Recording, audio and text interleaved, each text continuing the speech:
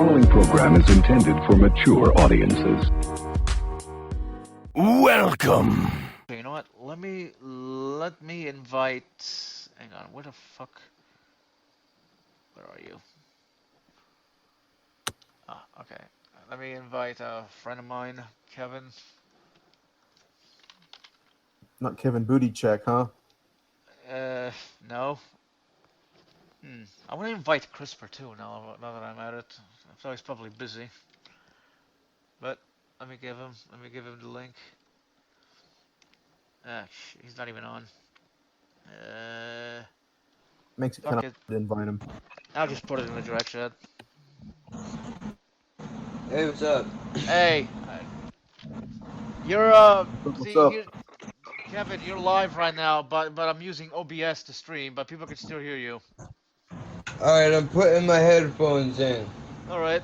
Okay. Can you hear me okay? Yeah. Alright, so what's happening? Nothing much. Like I said, I'm programming. I figured I'd do a stream. I wanted to, you know what I mean? Figured I'd invite you also. See what's up. Cool. Yeah. Well, I learned something new today. That, actually, no, I can't guess. Go ahead. That there's a sub called an Italiano. Did you know that? I can't say I'm surprised. I don't know. Just, I. Uh, So oh, you've yeah. heard of it. No, I haven't heard of it, but I'm not surprised. Oh yeah, Well, RSC. Actually, now that I have you in here, I actually want to read to you an interesting article. I'll read it on stream here. So Kevin, have I met you before? not sure. I'll take a guess and say I don't think so, just to be safe. I mean, it's possible, but if not, nice meeting you and all that. oh, all right, Kevin. This is the article. Yeah, I read a little bit to you. All right, the brain's fix-it brigade, naturally occurring quote exosomes end quote show promise for repairing nerve damage. An active lifestyle improves brain health. Scientists have long believed. The studies bear this out. Physical, intellectual, and social activity or environmental enrichment, in the parlance, enhances learning and memory and protects against aging and neurological disease. Recent research suggests one benefit of environmental enrichment at the cellular level. It repairs brain myelin, the protective insulation surrounding axons or nerve fibers, which can be lost because of aging, injury, or diseases such as multiple sclerosis. But how does an enrichment environment trigger myelin repair in the first place? The answer appears to involve naturally occurring membrane-wrapped packets called exosomes. A number of different cell types release these little sacs of proteins and genetic material into the body's fluids. Loaded with signaling molecules, exosomes spread through the body like messages in a bottle, says R. Douglas Fields, a Ugh. neurobiologist. Hang on. How dare you! A neurobiologist at the National Institutes of Health. They target particular cells and damage their behavior. In animal change their behavior. In animal studies, exosomes secreted by immune cells during environmental enrichment Oh, caused pause, cells. pause real quick. Pause real quick. I'm not trying to interrupt you to get you off topic, but it says that they were doing animal trials. Does it say what animals were involved in those trials before you continue? No, it just says animal trials. Okay, go ahead. Okay. In animal trials, exosomes secreted by immune cells during environmental enrichment cause cells in the brain to start myelin repair. Researchers think exosomes might find use as biomarkers for diagnosing diseases or as vehicles to deliver cancer drugs or other therapeutic agents. The exosomes produced during environmental enrichment carry microRNAs,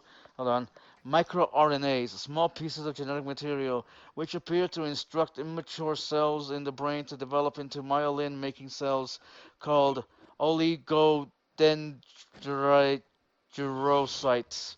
When All right, researchers real quick. I just want to make sure. I know it's annoying to keep interrupting, but just so I make sure that I'm understanding what you're reading, because I'm not a doctor. that these cells that are in question right now, they're saying that they help create the pathway in which your brain communicates with the rest of your body, right? Or no? Well, here's the beautiful thing. Is there a doctor in the house? I actually have a doctor in the call right now. That's the guy you just talked to. Oh, okay. Nice. All right, cool. So never mind, God. I don't want to. I don't want to fuck his whole deal up here. He clearly would know a hell of a lot more than me. I live with it, but he studies it, so he's got the upper hand. I think your question was really good, though, Kevin. It's the exact Thank right you. question to ask. But yeah, see, Finish- this is why. Finish this your is why, paragraph till okay. midnight, Yeah. Arthena. Okay. Where the fuck did I leave off? Thanks, Kevin. So sorry. Okay, hold on. Micro We're talking DNA. about they make pathways into the brain with the thing. Okay, I don't okay. know. I'll just start. The exosomes produced during environmental enrichment carry microRNAs, small pieces of genetic material, which appear to instruct immature cells in the brain to develop into myelin-making cells called oligodendrocytes. When researchers at the University of Chicago withdrew exosomes from the blood of rats and administered them to aging animals, the older rats' myelin levels rose to 62%.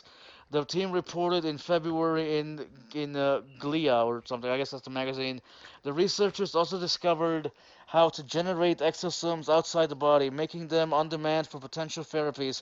By stimulating immune cells from bone marrow, the group was able to mimic Mother Nature's environmental enrichment in a dish, quote unquote. So, like quoting the guy, says Richard Craig, professor of neurology at Chicago. Craig's team is now exploring how to craft exo. Hold on. To craft exosome into a treatment for multiple sclerosis.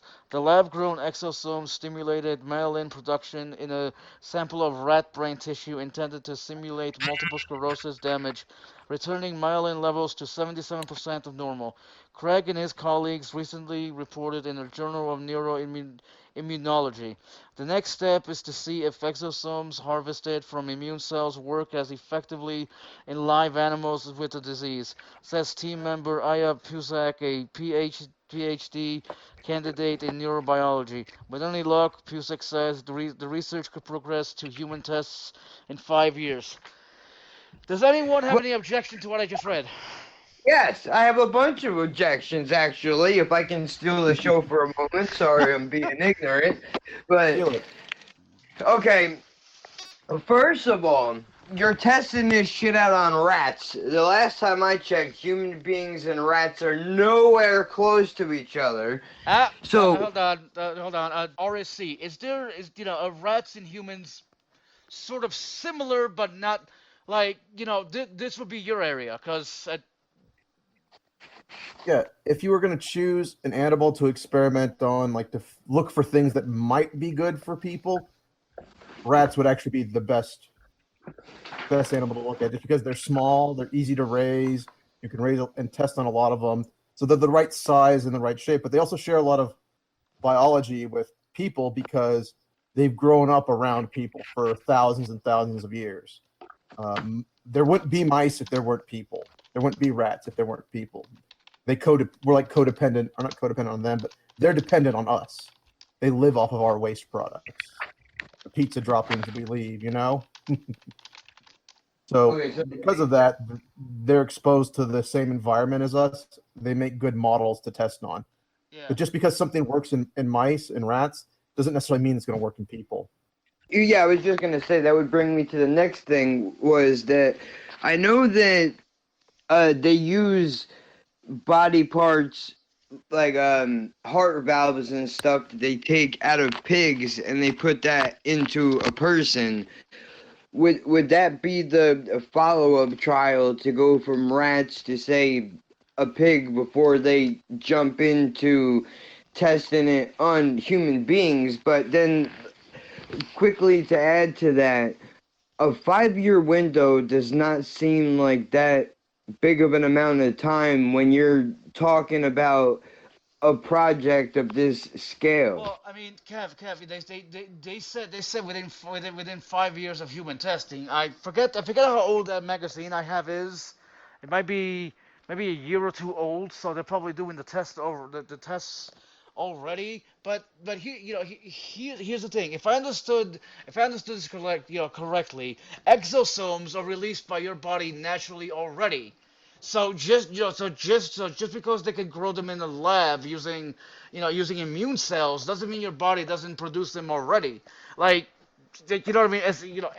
As I've read, you know what I mean? Physical, intellectual, and social interaction actually helps you. Like, granted, it's not a cure-all, whatever, but you know what I mean?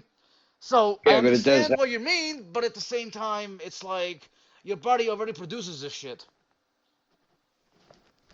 I mean, right, RSC? Yeah, I mean, exosomes, like he was saying, they're a biological mechanism that we've understood for many decades. They're basically just little packages of proteins and other chemicals that the body, like the cells in your body, use to talk to each other. And the real thing is, we don't understand how that language works. Like exosome 1 versus exosome 2, they're all the different packets of words and language for the cells. We don't understand that language yet. And so it sounds like this study that Midnight's talking about, or this research that Midnight is talking about, is looking at, hey, what type of language or what type of exosomes might tell these nerves to repair themselves when they're damaged. Sorry to interrupt And you. I'll be maybe the right back. problems like multiple sclerosis, maybe the problem is that the cells aren't communicating to each other appropriately, and that's why the damage occurs. I mean, this all speculation at this point, but it would be interesting to see if it helped these people with those kind of diseases. Well, yeah, because I was just gonna say I got diagnosed with it about just to give you a little bit of a background on what I'm dealing with here. I was born with cerebral palsy, but back in 2009, I had a hell of a migraine that it was so bad I literally couldn't see straight, and I had difficulty opening my eyes. So I went to the hospital. They did the CAT scan or the MRI on my brain, whatever it was, and they said back then that they needed to test for MS or Lyme's disease to rule it out. Fast forward all the way to 2014, since nobody had my regular physician and I didn't have a specialist, a neurospecialist at that time, I decided to go out and try to find one. So this guy orders me up an EGG test or an EEG test, spinal tap, and all that other stuff to try to figure out what's going on. And it turns out that I have MS 3 doctors later. You know, the first guy said that I had it from the spinal tap. Second doctor said that I didn't. Third doctor said it was definitely there, and you can see in all the testing and everything else that was done, you can see that it's there. So now I have that on top of this, and they've thrown out medications my way. Just for example, one that I can name off the top of my head that I can remember is Copaxone, I think it was called.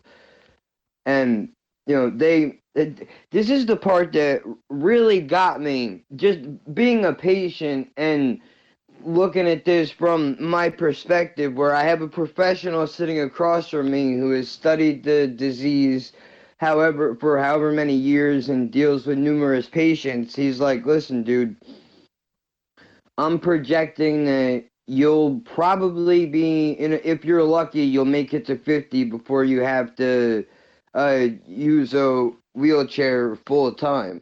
But you can take this medication and you can use it. Now, it's not going to cure you, but it should slow down the progression of the disease. But the problem with that is right now your disease is dormant. But if I give you this medication, there's a good chance that it can bring it out of its dormancy, and we don't want that to happen, but that's a risk that you need to outweigh to see if I believe you should be on the medication, but you need to understand that that risk is there. So having said all of that, I know that they've been studying this, I think, since like 1987, somewhere around there. And it seems like we're still not any closer, at least in my experience anyway. We're not too much closer to figuring out what causes it, where it, if it is in fact just from one parent, or is it a combined gene from both parents, and then the obvious thing, which would be the proper treatment, so that we don't have to destroy a patient's immune system in the process of trying to aid them in fighting against this deterioration. Yeah, I think you hit on a lot of really good points there. This is what I I'm like to assuming the do. He's testing. smart as hell. Sorry. I'm assuming the testing you were talking about you got when you were pretty young. Is that correct? What's This that? is- The ones that I just brought up? Yeah, the testing, like where you said they like one person thought it wasn't, one person thought it was MS. That was in 2014, so that was only 4 years ago. Okay, so that is actually pretty recent. Yeah, I lived my entire life with the diagnosis of cerebral palsy, which is still there. But like I said, from the migraine going to the hospital, I go to the doctor. He does the spinal tap. He did the EEG, blood work panel, and I think that an MRI with and without contrast to see where the damages was. So I went back into his office after that was all done. He tried to put me on medication. After I read the side effects, I refused it. After which point, he refused to see me as a patient. He actually was like, listen, if you're not going to take the medication, there's no reason for you to be in my office. You can go and find somebody else to treat you, or you can come back and see me when it gets bad enough for you to come to your senses. Which is So I messed go up. yeah, it is, but I mean, Yeah. whatever. The guy's there to make money. What are you gonna do? I mean, technically he's right. It doesn't sound like he kind of explained it very well. I mean, if you're on the treatment, you got to come see him regularly. He has to monitor you for the side effects. But if you're not going to be on the treatment, you don't have to come see him and waste your money basically. So I think he's right. You don't have to come see him. But the thing with MS is, until I think even last year, the way that you get diagnosed with it from a specialist, like a neurologist, you have to get two things. You have to have the MRI findings and you have to have the blood work findings when they do the lumbar tap. And if you don't have both, like if you have one, if they see it on MRI, some doctors will say, no, that's not MS. You should look for something else. Right, I went and to the that's neurologist said, exactly if you see it on the MRI, it's MS. Don't buy into that bullshit. So I mean, different people have different opinions on how those tests work. sorry, not to step on you, but that's actually exactly what happened when I went to the second doctor. Just because at that point, the reason why I had gone to the second doctor was because, well, I just want to make sure. Let me see what is actually happening here. And the second doctor looked over all the paperwork. Now, this is the part that confuses me. Is he has me bring in the MRIs, and he goes, okay, I'm gonna take these into another room and look at them, and then I'll come back in. He looks at them, comes into the room slowly, and he just looks at me and he goes, do you know where you are right now? I'm like, of course I know where I am. What kind of question is that? He's like, no, I'm not trying to be funny. I'm seriously asking you if you know where you are right now. So I told him, like, yeah, I'm in your office. He's like, where's that? In Manahawkin, New Jersey, obviously. Who's the president? Going over all those types of questions. And when I was able to give him the information he wanted, he was like, dude, I've never seen somebody with the amount of damage that you have in your brain have the functionality and the be able to speak the way that you can. He's like, but I don't see MS anywhere here. That other doctor had no idea what he was talking about. MS is not, and this is what the second doctor said. To quote him, he said that MS is not something that you're born with or you live with necessarily. it's more so that it comes on almost like a stroke, that 9 out of 10 times a stroke is actually misdiagnosed as a stroke when it's really an MS flare up or Hmm. something to that effect. So then from there, Right. I went back to my regular position for a routine checkup, and then they pushed me to go to another neurologist because they felt that the tests did speak for themselves and that the damage is there and that something needs to be done with that, which that's where the Copaxone and all that stuff comes into play. But now, as far as treatment goes, there are side effects, but the other thing is the fact that my insurance doesn't cover the medication. And I would like That's what to makes it. go ahead. So that makes it really difficult too. So you're right. There are actually three patterns of MS. There's one where it keeps hitting you. You get worse and worse and worse. There's one where you have the flare ups and then you get better. You recover all the way, and you keep having flares where you go downhill, but then you recover and you go back up. And there's a pattern where you just kind of slowly go up and down, but overall it's a downward pattern. So Right, it's difficult to figure out sometimes. I think what they said that I have is relapse and remission. Okay, that's the type. You'll have a flare. You'll have a lot of symptoms, but then when they give you the medicines, they usually give steroids for the flares. Once you get over that flare up, you usually regain all your normal functions. You get back to your normal, basically. Is that what they said you had? Yeah, because that actually makes sense because I was pretty sure that he did say whatever I just mentioned before, the remission or whatever it is called. But he did say that if I do have a flare, in the event that I have a flare up, to go to the hospital and he would give me steroids to treat Mhm. it. That at this point, that's pretty much all he can do other than try to fight the insurance company to cover for the medication. And he's like, you don't need to really worry about side effects. This is an injectable. He's Yeah, like, the the Copaxone is pills. good for most people. Yeah, Um, that's what he said. And he said and that I the would say, pills are bad. yeah, I would say a couple of things. The problem with what they call your pattern, it's called relapsing and remitting There it MS. is. That's the name that the doctors use. Like you said, it comes and it goes. The problem is it's very hard to diagnose because if you catch the person after they've had the flare, it's not going to show up on the MRI, and you'll falsely think no, they don't have MS. You'll only catch it during the flare, like right in those few first days when the flare up starts. So you got to get that MRI right then, otherwise you're going to miss it completely. That's So crazy. it doesn't, I mean, it sounds like you've had kind of a typical experience. Some people, they'll see one doctor and this doctor will realize that, hey, this pattern that comes and goes, it's very difficult to catch based on the symptoms and like the things you're telling me about what you feel. This is very typical for like what MS it looks like. And just because I don't see it on the MRI doesn't mean I'm not going to treat you like you have MS. Right. Whereas other doctors will be like, I don't have that kind of experience. I just don't see it on the MRI. You don't have MS.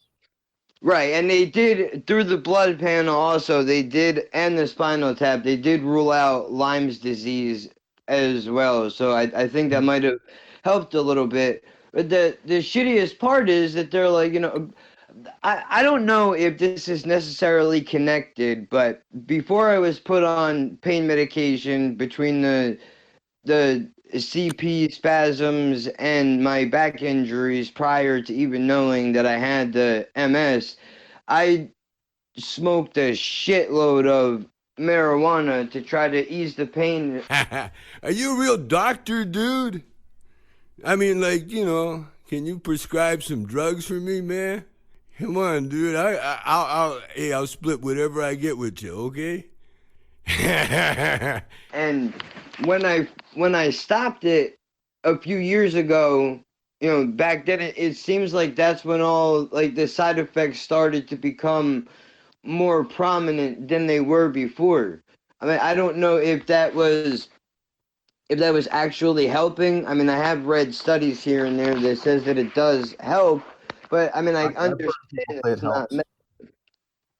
You're not wrong. People do say that helps. And then with MS, if you're not treating the flares, there are other things you have to treat. People develop chronic pains from MS, disabilities, and you have to just manage them. Some people, they become chronically constipated or they have chronic diarrhea. I mean, it can affect anything that's related to your nerves and muscles, basically. I am so glad I invited you when I did, Kevin, because this is awesome.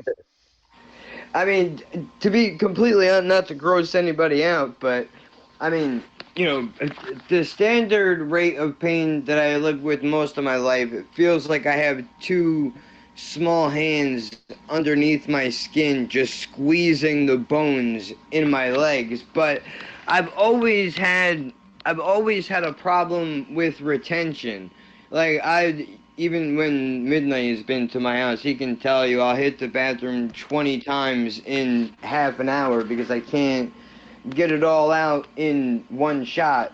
And the spasms and the headaches, it brings it all in there, and it's a cocktail of shittiness, unfortunately, which, you know, it would be more convenient to be able to. I've even told the doctors, like, look, as ignorant as this may sound, I understand you're trying to help me by giving me medication, but I know what the side effects of marijuana are, and they've helped me in the past.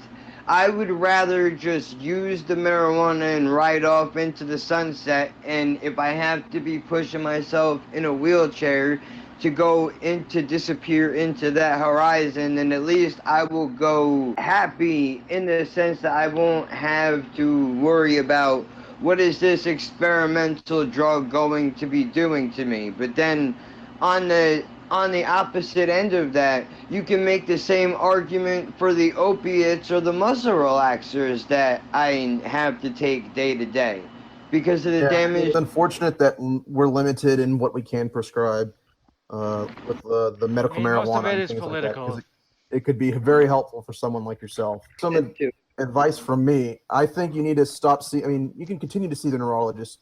They will want to give you the Copaxone, the Glutaramir, those medications that can, reduce the progression of the MS, because eventually it will get to the point where it does start to limit the functions, the things you can do on your own. I think you should start seeing someone, a palliative care specialist. Palliative care are the type of people who work with people who have serious illness like yourself, and they focus on managing the symptoms. And it sounds like you might be having people aren't focusing on managing your symptoms at this point. They're just managing. They want to put you on these medicines. That's all they're thinking. That's exactly what it is. Even my pain management doctor. Like, look, I've gone through all of the whole ordeal. When I first started going there, before they would even write me a prescription, they sent me to a psychologist so that I can be evaluated to make sure that I wouldn't be at risk to abuse the drugs.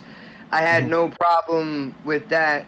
I got into a conversation with the doctor that probably doesn't happen very often, but I can get into that later if it happens to come up. But they're almost just like, okay, these Percocets and this Soma are the Band-Aid. Here's your Band-Aid we're going to put over your bullet wound, and you go and have a good day now, man, because that's as far as we're willing to take this. We don't want to hear about your other problems. All we want to do is be able to go in your pocket and count your pills and drug test you. And until you agree to bring it quickly back to medical marijuana, they actually tried to strong arm me into getting a license, which I find wildly ridiculous that I've been arguing with these doctors to try to put me on a cocktail of a low dose of opiates with the medical marijuana. Because through my own trial and error, I found that smoking weed does actually lessen the need for opiates. They refuse to do that. I have to pick one or the other. No. But they also want to charge me $150 every 3 months for the doctor to write a prescription that says I can go to a dispensary and buy pot. And then I'm supposed to go into a dispensary and pay upwards of $500 for a fucking ounce when I can just as easily go to the pharmacy, as sad as this is, and go get my fucking prescription painkillers that are killing people by the millions because nobody knows how to control themselves. Is part of the issue, but that's a whole nother thing. For $1.25, I can get 90 Percocets. Now instead of 90, it's 120 for the same price. It's good at least that the option is there to have something to deal with the pain, but it's insanity that they make you choose between something that is affordable and way more dangerous over something else that is far more expensive but way more safe, in my personal opinion, to use. Now, maybe you feel a different way about this. Maybe you've had the exact opposite experience. I can only speak about what I know. Versus like $900 that it would cost me to be able to just use marijuana. It's insanity. Yeah, I really agree with you on a lot of that. Opioids are good for certain things, and unfortunately the pain from MS is not all fixable with opioids. There are other types of medicines, other types of things you have to use to treat that pain effectively. And a pain management specialist they're basically an opioid specialist for the most part. They do a couple of other things, but that's really all they do. And so when you go see them, you're basically asking for opioids. You're not going to be offered those other things. That's why I think you should probably see palliative care pain management specialist. They specialize in much more therapies than just the simple opioid prescribing that a pain management doctor is going to do. And it's unfortunate that someone hasn't already told you to go see someone like that. Yeah, no, the only thing that they've said is I was originally getting the opiates from my my PCP, and then what do they call it? They opted out of prescribing them because one of the doctors in that office actually got hit by the DEA for selling prescriptions, which I had no idea because I'm a jerk off and I play by the rules. I didn't know that was an option. Not that I would have done it, but it would have been nice to know that that's what this guy is doing, because now everywhere that I go, they see that was my doctor and they think I was in on the deal with him. Yeah, you're guilty by association for some fucking reason. Yeah.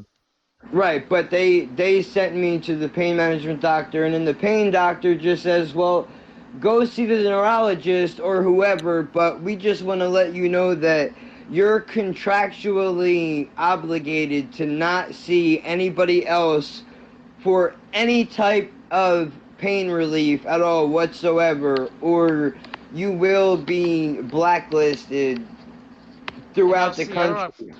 Throughout the fucking country, like, holy shit, RSC, are you, like, this is probably, like, RSC is like, dude, that's fucked up, and I work in the industry, or the field. That's par for the course, man. It's sad.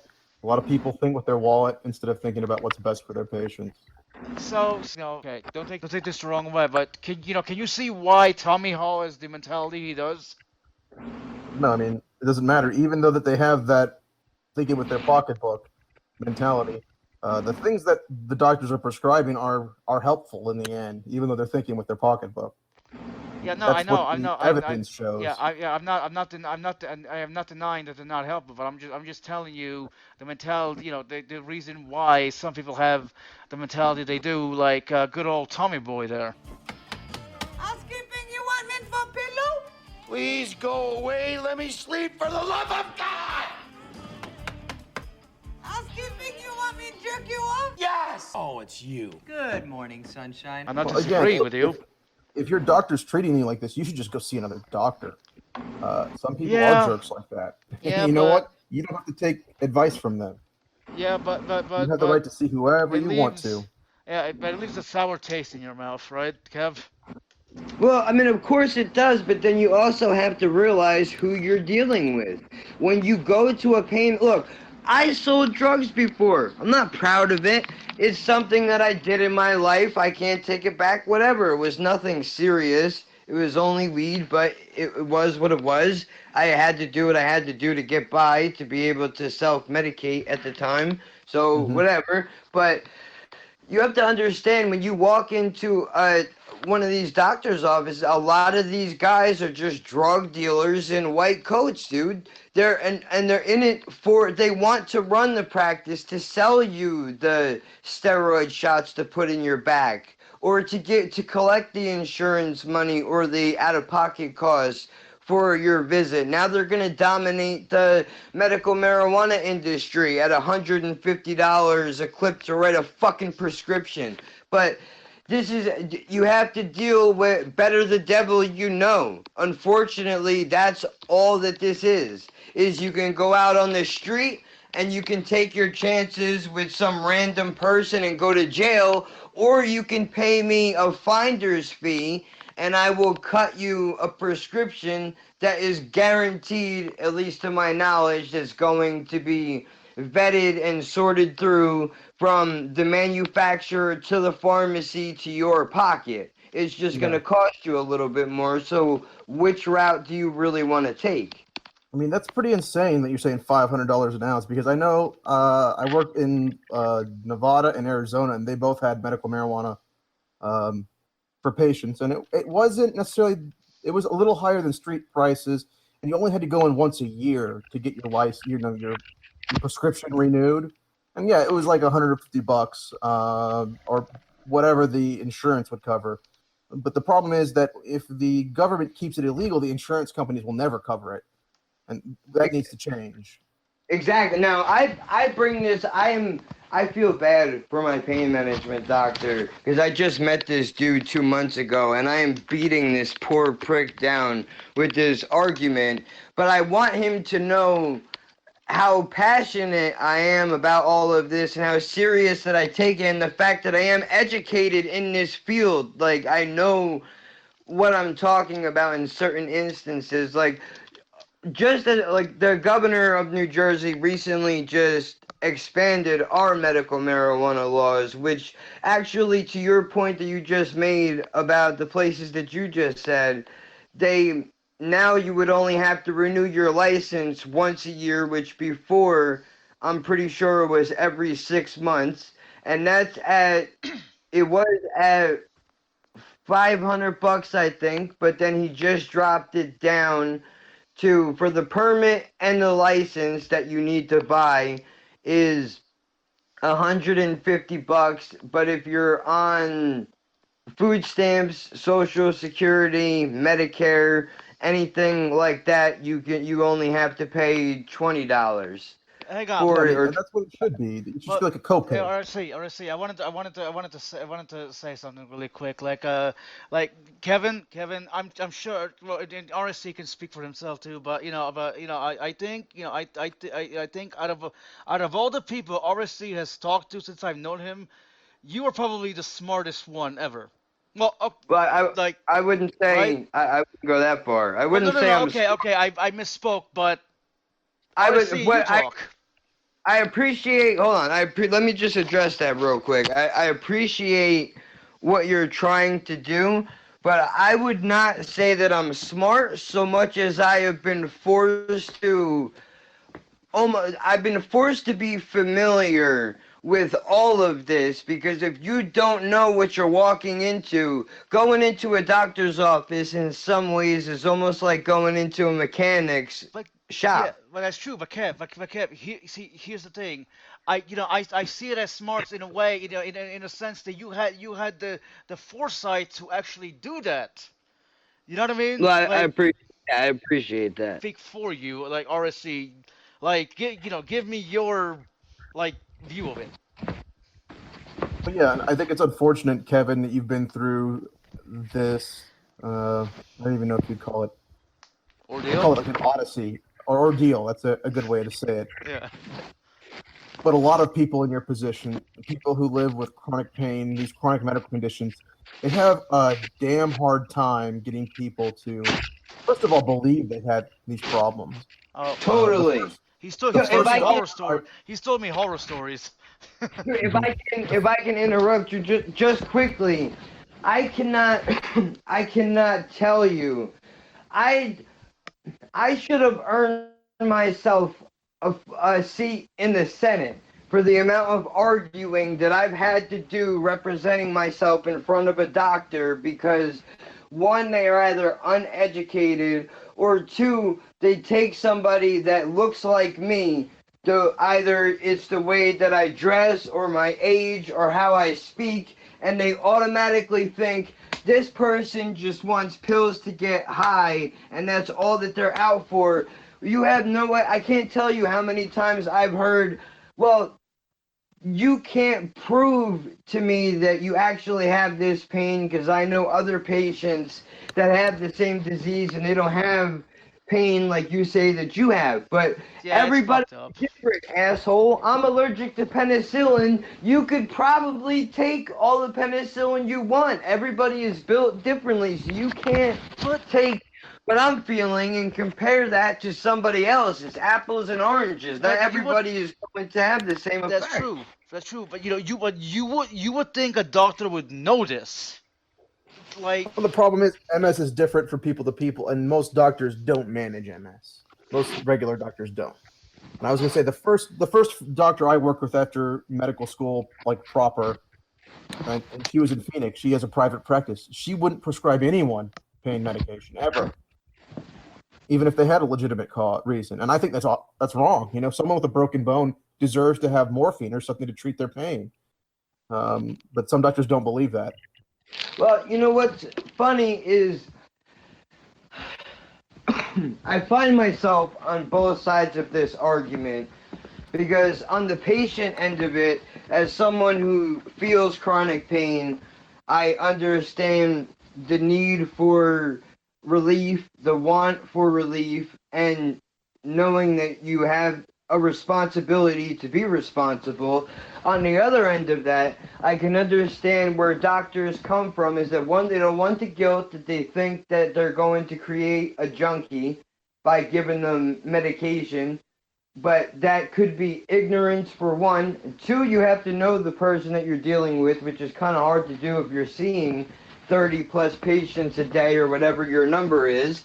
And then I've had close friends of mine who have dove head first into pain medication and gotten themselves addicted, and seeing that whole process is an ugly thing to watch, but we cannot allow something like that to stop us from being able to do what is right. Until we can find a better solution, we have to use the one that's in front of us right now. I mean, yeah. RSC, are you there? Yeah, I'm still here. Okay. You were like quiet. I was like, wait, is he still here? I thought you wanted to say something. No. But no, you're right. And the problem is the system went from one extreme to the other. In the 80s, I mean, patients weren't getting prescribed medications to manage pain. Everyone was saying they were in a lot of pain. And eventually the research caught up and said, hey, doctors are under-treating pain. And then it's gone to the other extreme. Now we're over-treating pain. Some people get ridiculous amounts of opioids when they probably don't deserve them. And it's very easy to fix out if you're trained well enough in the management of these medications. I'm working in my hospital to make sure that people are appropriately managed with, a rigorous protocol. Like, hey, here's how you assess patients with prescription opioids. Do this first, do this second, do this third, and then you can figure out what group of opioids would best manage them, if any at all. People who have been addicted to opioids should never be treated long-term on opioids. End of story.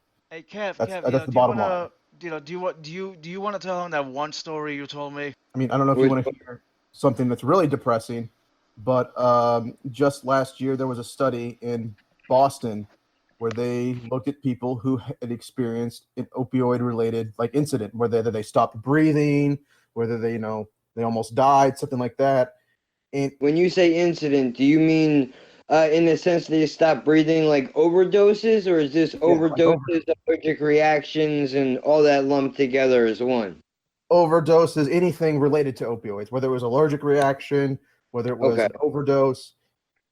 80% of the people who had experienced those things and were taken off opioids were eventually put back on opioids by someone in the state of Massachusetts within 6 months. Do you think those people should ever be put back on opioids? No. No, definitely not. But see, now here's what I'm gonna propose to you, and this is, I know, He's getting fired. Conspiracy theory alarm is about to ring, but I'm just gonna put it out there because from a business perspective, this is where I see it. Now, I had the doctor that was prescribing medication and got popped for selling prescriptions when he was trying to get me off of the painkillers because he didn't want, and I quote, the guilt of prescribing them to me, even though I had a legitimate reason for them. He's like, why don't you go on methadone? Like, how about you go fuck yourself? You can keep your methadone. I get up, I go to my methadone program to get my meth. I drink my meth and I go make some money and I go eat whatever I can get high on. That's about it. Just fucking get high.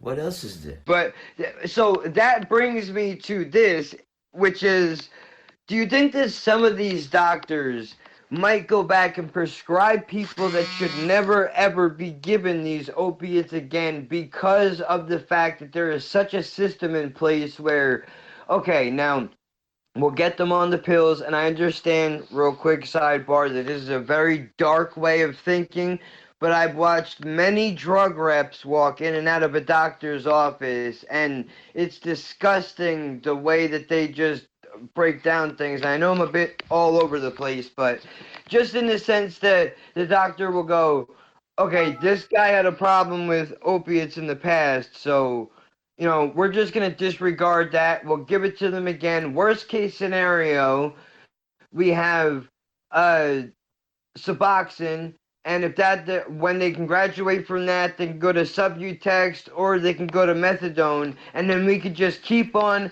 bringing that money in. But then also in conjunction with that, there's the jails and all the other stuff that goes along with it. But I mean, is it done intentionally? Or is it just ignorance? Which, I mean, granted, I know that that's not something you can answer because you're not one of those people.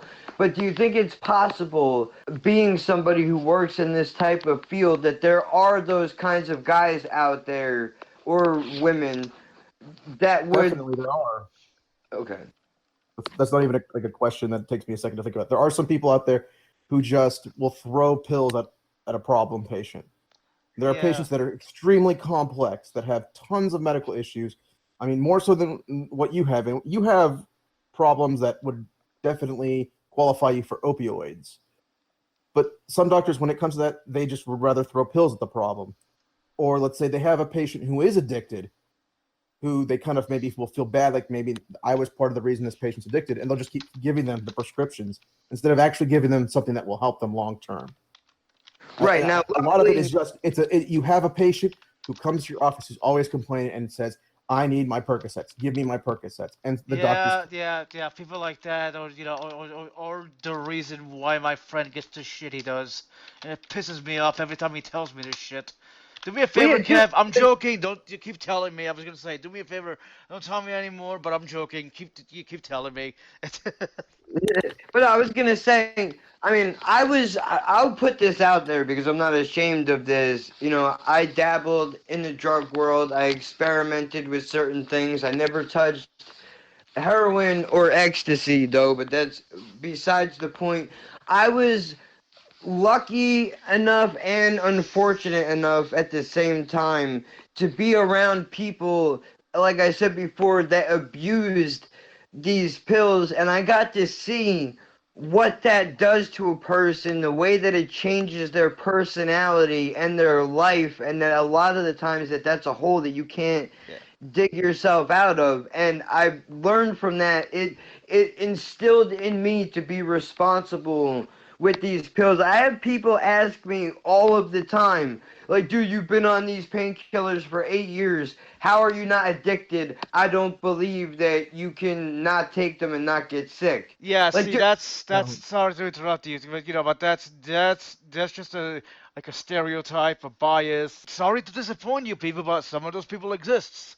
And yeah, I like, was it's very simple. All you have to do, like, and I get that there's a difference between dependency and addiction, even though it might kind of be in a lane, one right next to the other.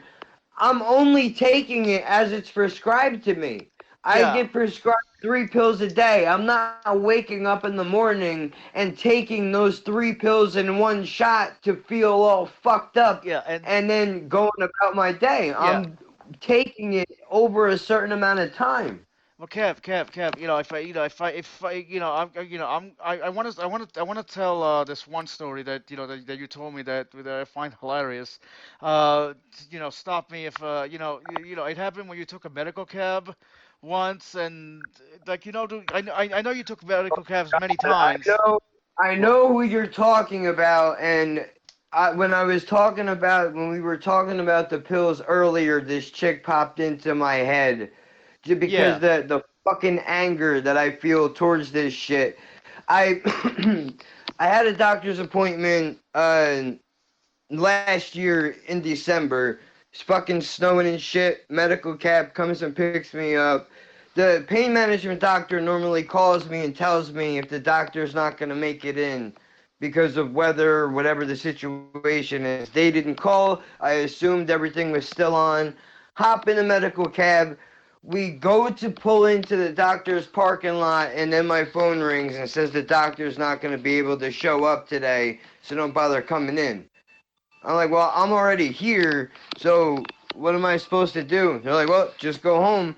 So the girl that was driving the medical cab uh, chirps into her boss and is like, hey, man, I have a patient here whose doctor called out at the last second.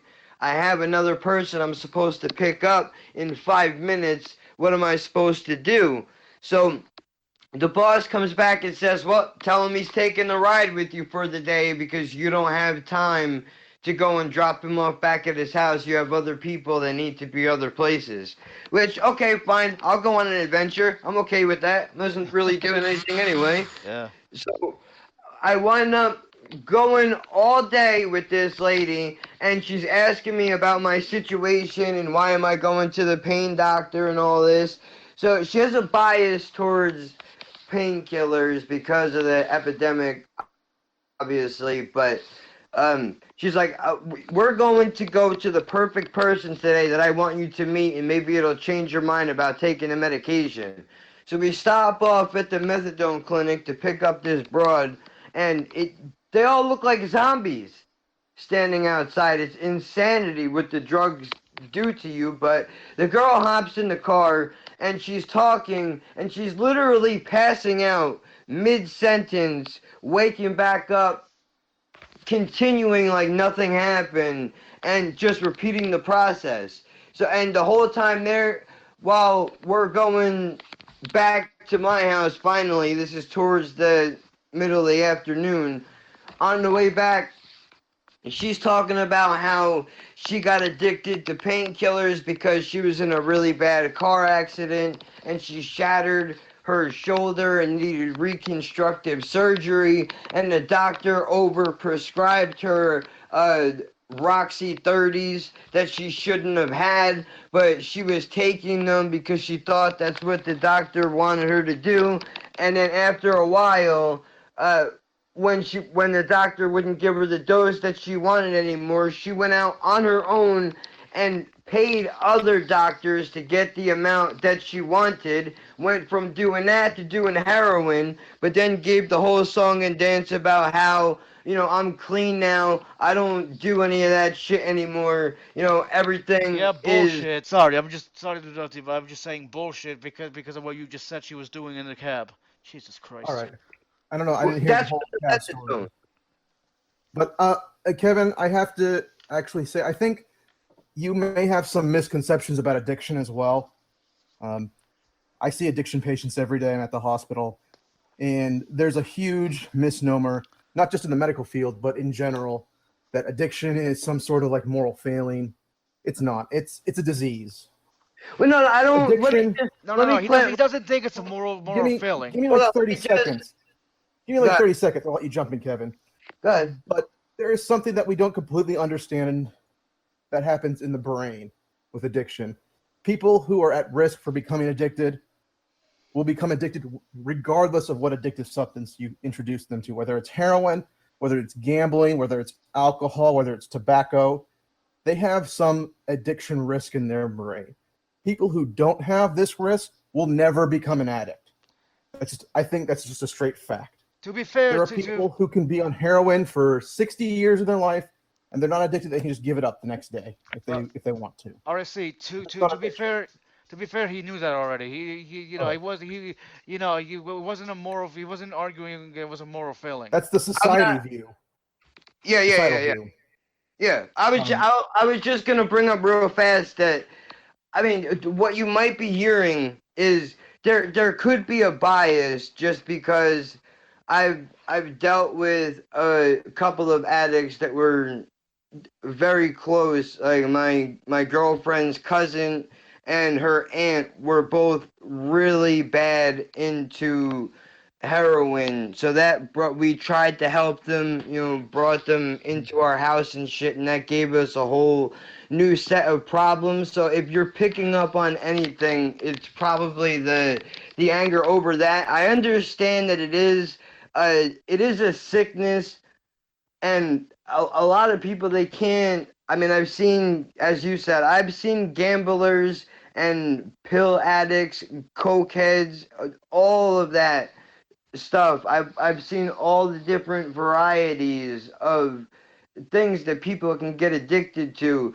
but there seems to be one common thread, at least with most people, not all of them, but it seems like a lot of them are trying to run away from something.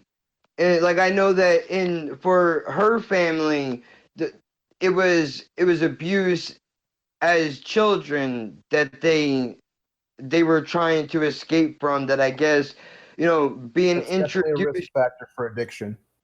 Yeah. Mm-hmm.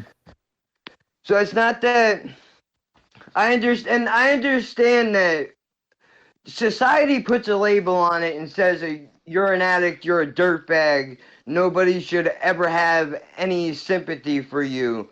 And it's not that I believe that, but it bothers me when somebody says, oh yeah, I'm clean, and then when I go to get out of the car, you're chasing me down, asking me if I can find you Roxy 30. It's like, dude, I'm not gonna help you kill yourself. I'm not gonna do it. And that's what addiction is. It's a slow form of killing yourself. It always is. But I think of it more so as akin to any other long-term disease. Addiction is a disease you carry with you for the rest of your life, just as is high blood pressure, heart disease, those kind of things. I don't get mad at the patients when they forget to take their blood pressure medicine. I don't think I should get mad at the patient who's an addict that relapses. That's part of the cycle of... That's gonna happen, yeah. I mean, they go through those stages of, relapse, recovery, and then remission, where they are able to maintain without the addictive personality traits, without the cravings. And it's a process. It's not a short-term process. It's a long-term process. It takes 4 or 5 years to go from relapse back into remission and recovery. RSC, actually, no, to piggyback off that, I really love the people who look down on people who are addicted to Percocets or whatever the hell, but they smoke cigarettes, which is also an addiction. And real quick, two things. The other bias is just the fact that those people make it more difficult for me to get treatment. Exactly. Because I get lumped into that, which, granted, I have to let go of that anger, because somehow, some way, a person that was not...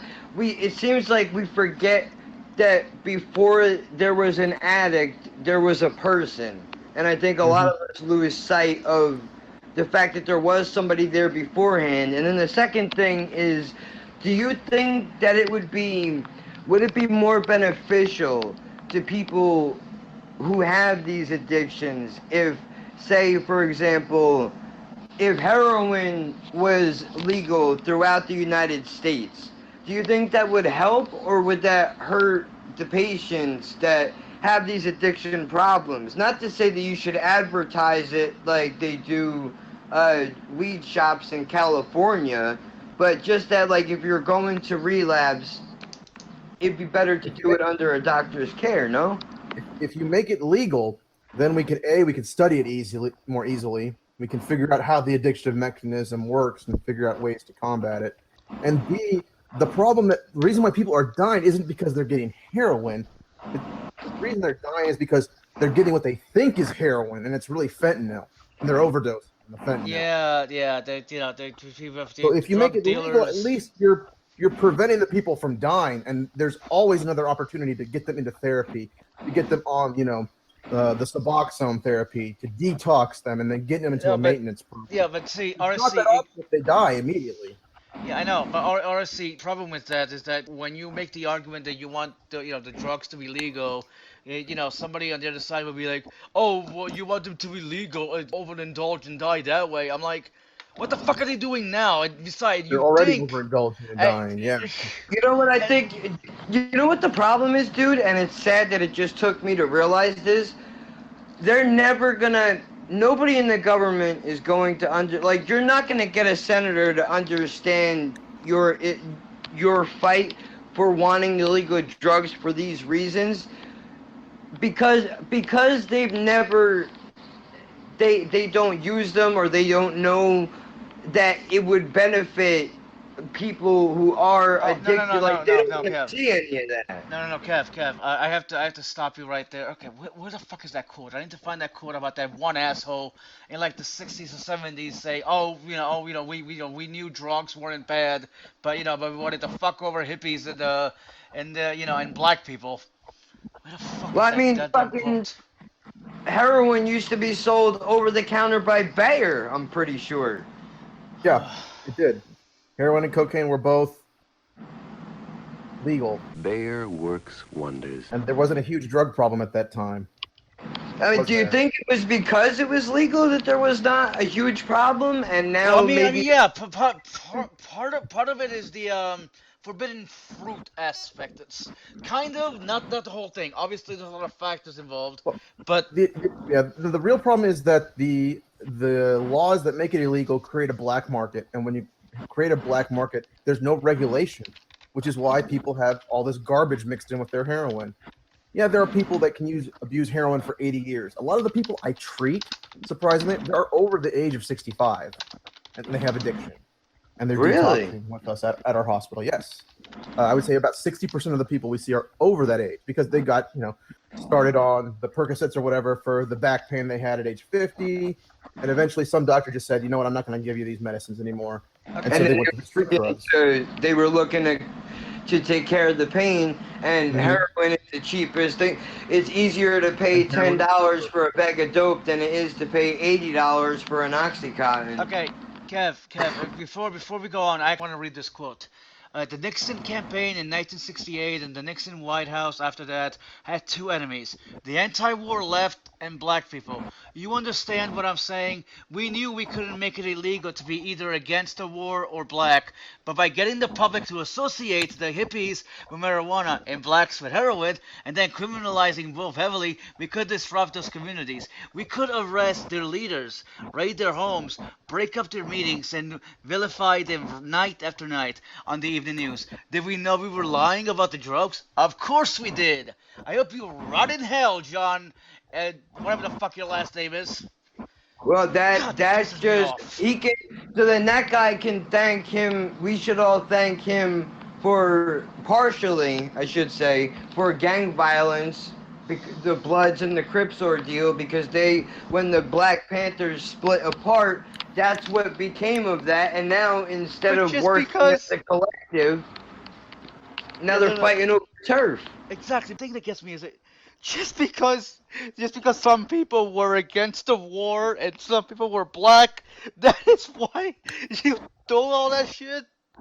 Dude, never underestimate the power of greed and ignorance. Never. Because it will prevail every single fucking time. But Like, you have a dude like this that's in here now who is a fucking doctor that is willing to treat his patients any way that he can, but he is limited to what he can do, even though he knows that, I'm sure, and not to speak for you, but I'm sure that you know that there are certain, the way that states do things, there are certain, they could make improvements, and I'm sure there were things that you would do differently if you were given the chance, but you're stuck in this box of a specific way that you have to do it, even if it is to the detriment of one of your patients.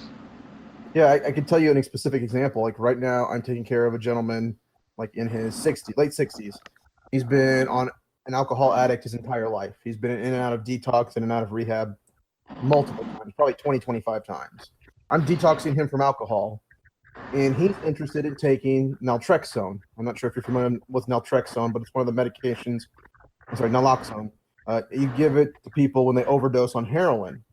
But some recent studies have said that if you give it to people who are trying to avoid alcohol, it actually helps fight their cravings for alcohol. Okay, now, I can prescribe that as medication to him, though? No, I can't prescribe that medication because it's regulated. I can't Because give it to him. I was just gonna say, before you go back to that, as far as I thought that Valium was used to treat people who were withdrawing from alcohol. Is that true? That's true. That's different, though. Withdrawing is different from fighting the cravings once he leaves the detox. He wants something Okay, that's going to help him fight the craving for alcohol. And naltrexone might do that for some people, but I can't prescribe it to him because legally they said, no, you can't prescribe that to him. So wait a minute. Their problem, if he's withdrawing, give him, if this specific drug would work, you can go ahead and give it to him because it will aid in making him better. But once he leaves, what they're basically saying to you, and correct me if I'm wrong, is once he walks out that door, we don't care if he relapses because that's out of our control. Our only job is to try to aid him through a withdrawal and save his life. Outside of that, we do other things outside of that. I'm recommending him to, a rehab center that will watch him long term or other things, but I specifically can't prescribe him this medication to go out on. I can give him all the other. That's what I mean. I don't mean, when I said that, I'm not saying you. I'm saying the health system in general is saying, look, these are the things that you can do, but as far as trying to, you can recommend him to a rehab, and you can tell him to do the AAs and the 12 steps and all that stuff, but outside of that, you legally cannot do anything except for watch that guy go in and out of your door if he's lucky enough to walk back into it the next time he does have a relapse. No, I mean, there are some other drugs I could prescribe for him. He doesn't want those. He wants to try the naltrexone because A, it's very safe, and B, it has almost no side effects. And actually, if you go to Europe, you can buy that medication in the pharmacy without a prescription, but they won't let you prescribe it here in the U.S. without a prescription. And you have to get special certification to prescribe it, which doesn't make any sense. I mean, because it's over the counter in most of the world. Yeah, but that makes no sense. What? Oh, sorry, RSC, you're making my brain hurt. Sorry, yeah, it makes my brain hurt too. You actually just brought up something that made me think of kratom, but I'll get to that in a second. By the way, I'm sorry to interrupt you, Kev. By the way, going back to that one guy, it wasn't ignorance. He knew perfectly well that he was lying about the drugs, so it wasn't ignorance on his part. Yeah, but I was gonna say with these medications, with the other medications you were talking about that this guy didn't want, it sounds a lot like the MS treatments in a certain kind of a way. Like, I guess you guys both talk and discuss the treatment options, and through letting him know what's going on, like, this is the best drug for you. Now, I understand you legally, you can't go, well, if you were to happen to get it from somewhere in Europe and treat yourself with it, nothing I can do about that. Yeah, I mean that's not. I'm not bound if this guy can get that prescription for Canada, or get that medication from Canada or other places that sell it. But it seems ridiculous that a drug that's been shown to be so good for people who have this problem, and it's so benign in terms of you can't overdose on it. It has relatively no side effects. It's over the counter in most of the world. Here it's like heavily guarded. You have to have special training to prescribe it, and it doesn't make any sense. So it's like stem cells in a way that America looks at stem cells, where you can go to another country and it's still expensive in other places. It's just not as a big deal there as it is here. It also, in retrospect, listening back to this, it reminds me an awful lot of medical marijuana and the fact that you need to be trained specifically and go get a license, because not only do patients need to get a license, but the doctors need to get a license to be able to prescribe it. And granted, I don't know much about the drug that this guy is talking about, but there seems to be similarities in the fact that both of them are heavily guarded.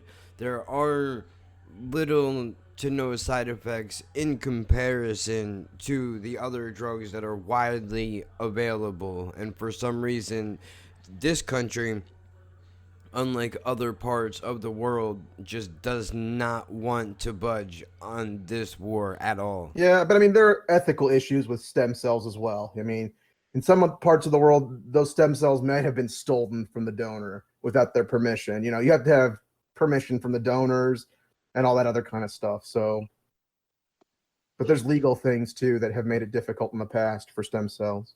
I've heard things about it, but I just wasn't. I'm not too familiar with it, but I've heard rumblings about stem cells, so I thought I would bring it up. I wanted to mention kratom, if that's even how you say it, while we're in here on the subject of this, because you seem like if anybody would know, you would probably be somebody who is in the know, as somebody that treats people with addiction and other things. This seems to be a very popular thing now. From what I understand, that this plant is related to the opioid in some way. It connects onto the receptors in your brain, yet somehow these smoke shops that sell vape pens and quote-unquote CBD products can now sell this kratom shit.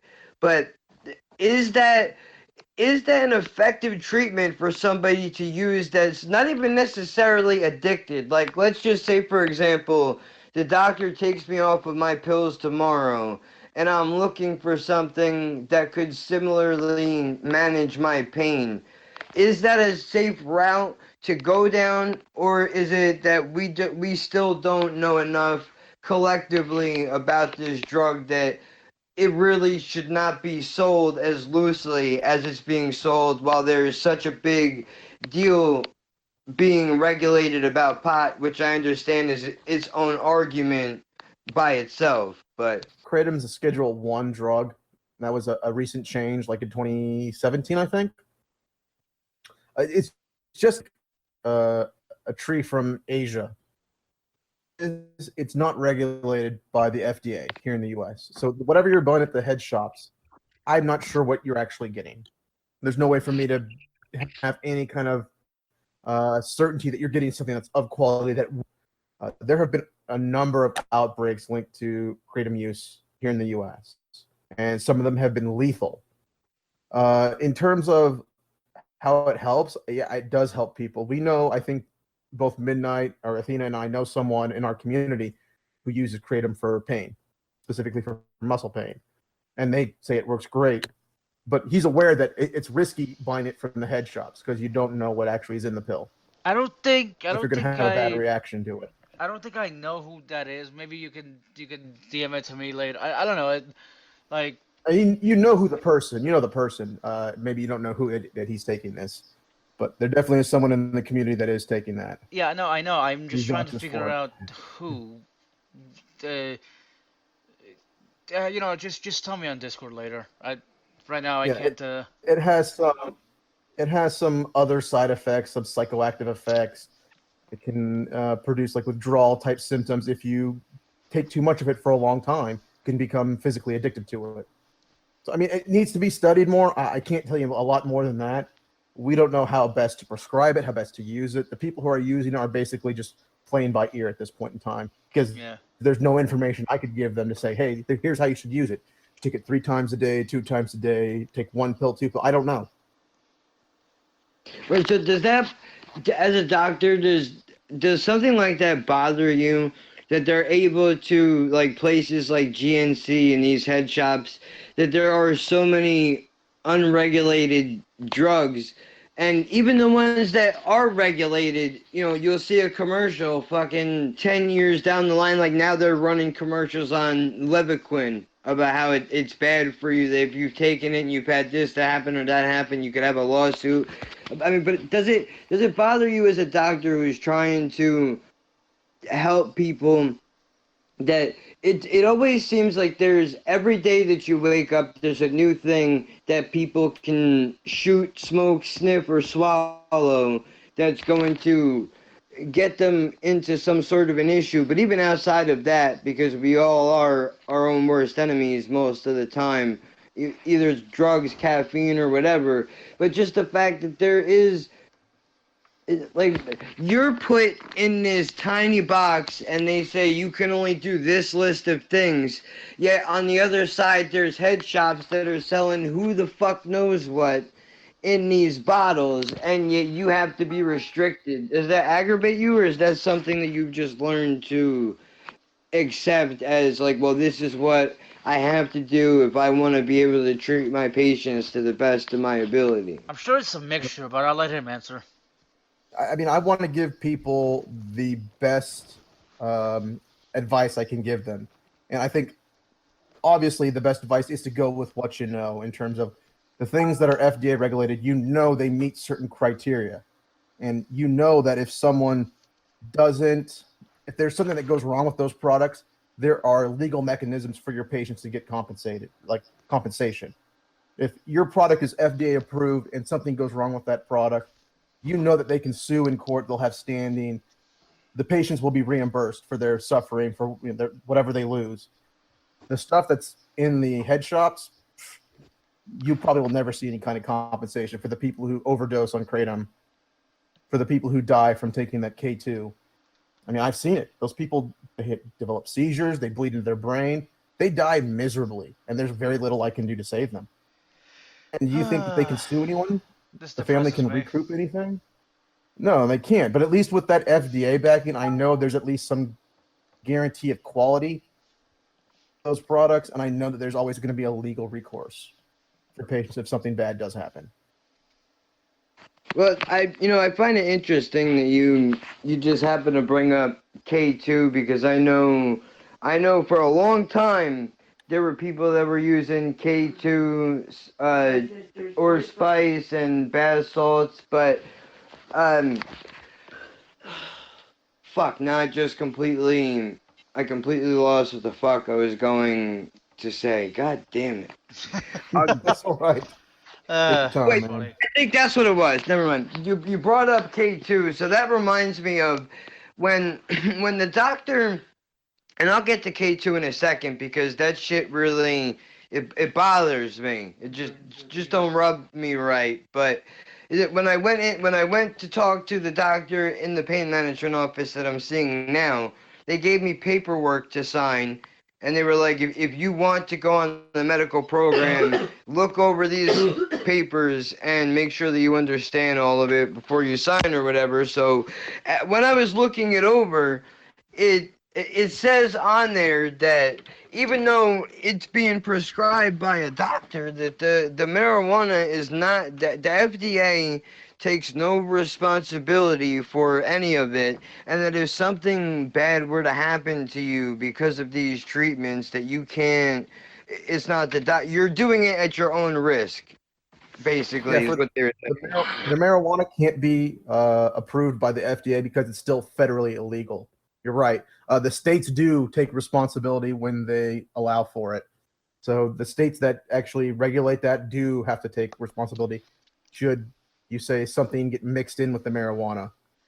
But Which, I've never heard of anyone dying from marijuana.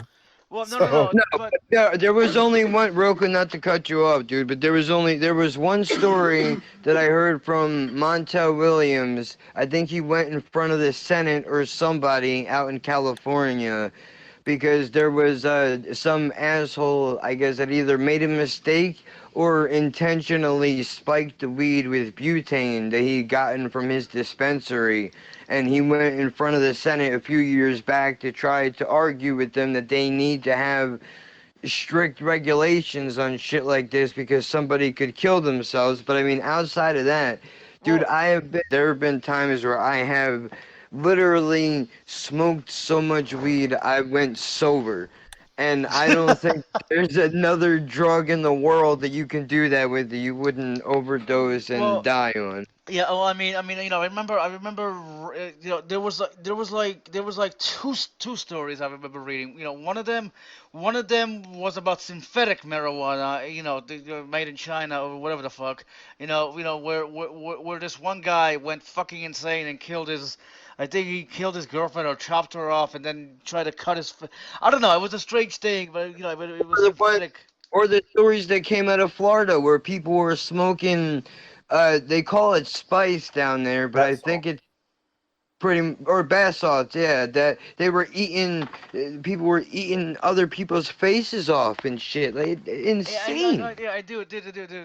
Another thing I wish I could fucking find, but I remember reading a story a couple of years ago where the cops were called at this one house that the guy was so high that that he shot himself in the ass and he said his dog did it. It like That's beautiful. You can continue. I was just saying that's beautiful. I find Yeah. that hilarious that my dog shot me in my ass because I was so fucked up on whatever it is that I was doing that I didn't realize I didn't put my gun away. But matter of fact, how the hell do you even shoot yourself in your own ass? That has to be.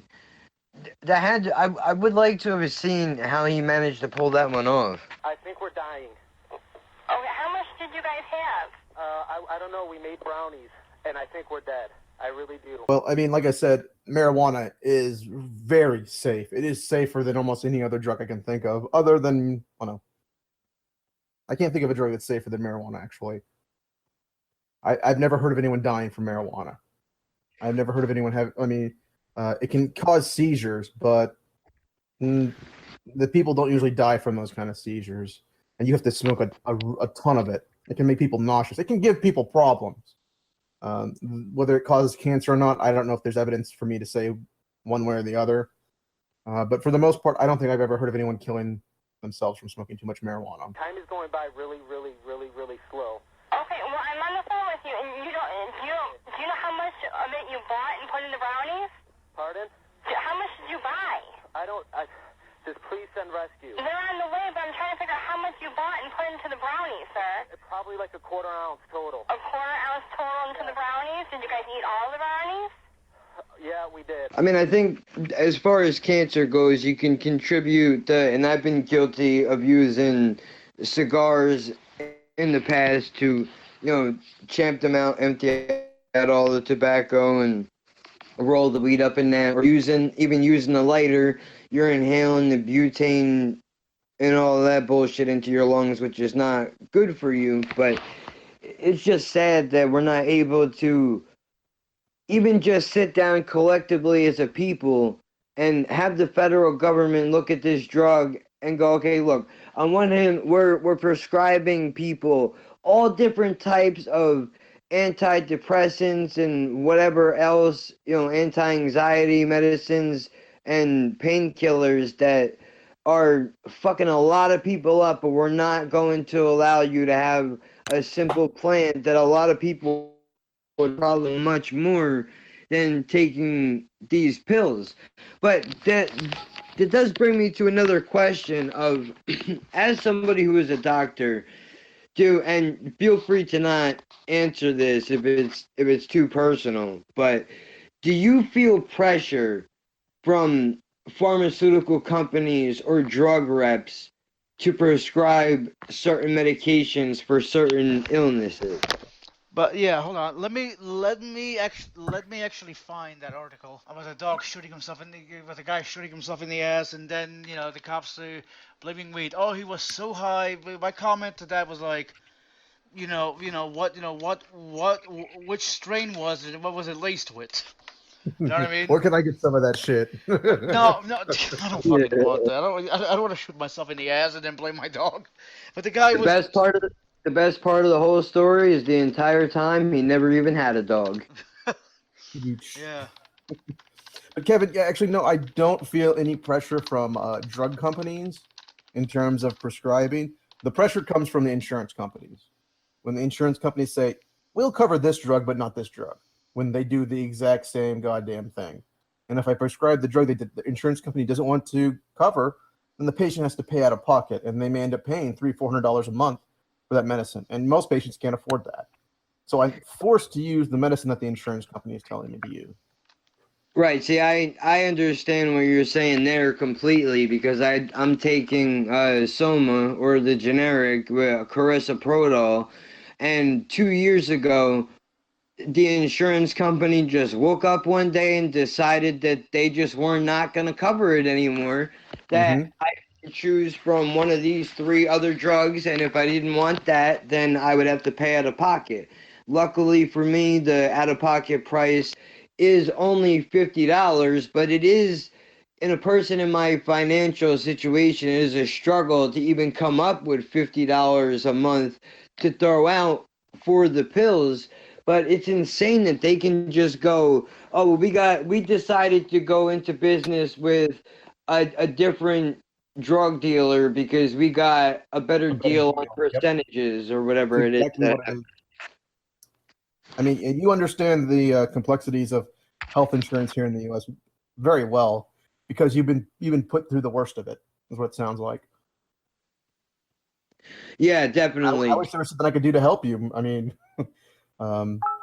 it is a terrible feeling to feel kind of powerless that I don't get to make these changes. But at the same time, the medications, most of the time, I mean, 80% of the time, even if you do switch a patient from one blood pressure pill to another that's covered, there usually isn't a big, fight back on it. There usually isn't a problem. But with someone with your special case, I mean, they've probably worked through a lot of medications to find you one that worked well enough to make you functional.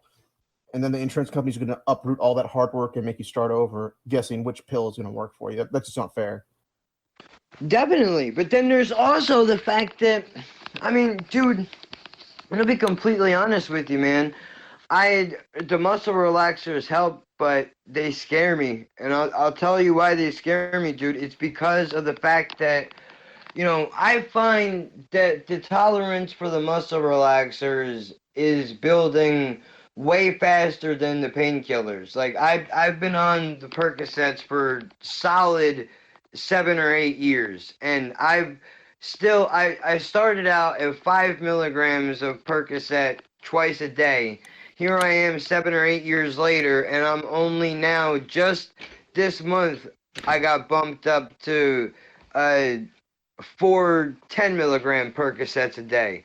Whereas now with the muscle relaxers, I'm taking 350 milligram somas at a time, and that scares me more just because it seems like they say that the opiates are harder, but this is a situation where I wish I'd be able to fall back onto the weed because I feel like in this sense that the muscle relaxers are just a little bit more dangerous because of the fact that you get used to them so quickly. You develop tolerance. Your body develops tolerance. I mean, unfortunately, I think you have to go with what the physicians are giving you right now because that's what they are experienced at offering.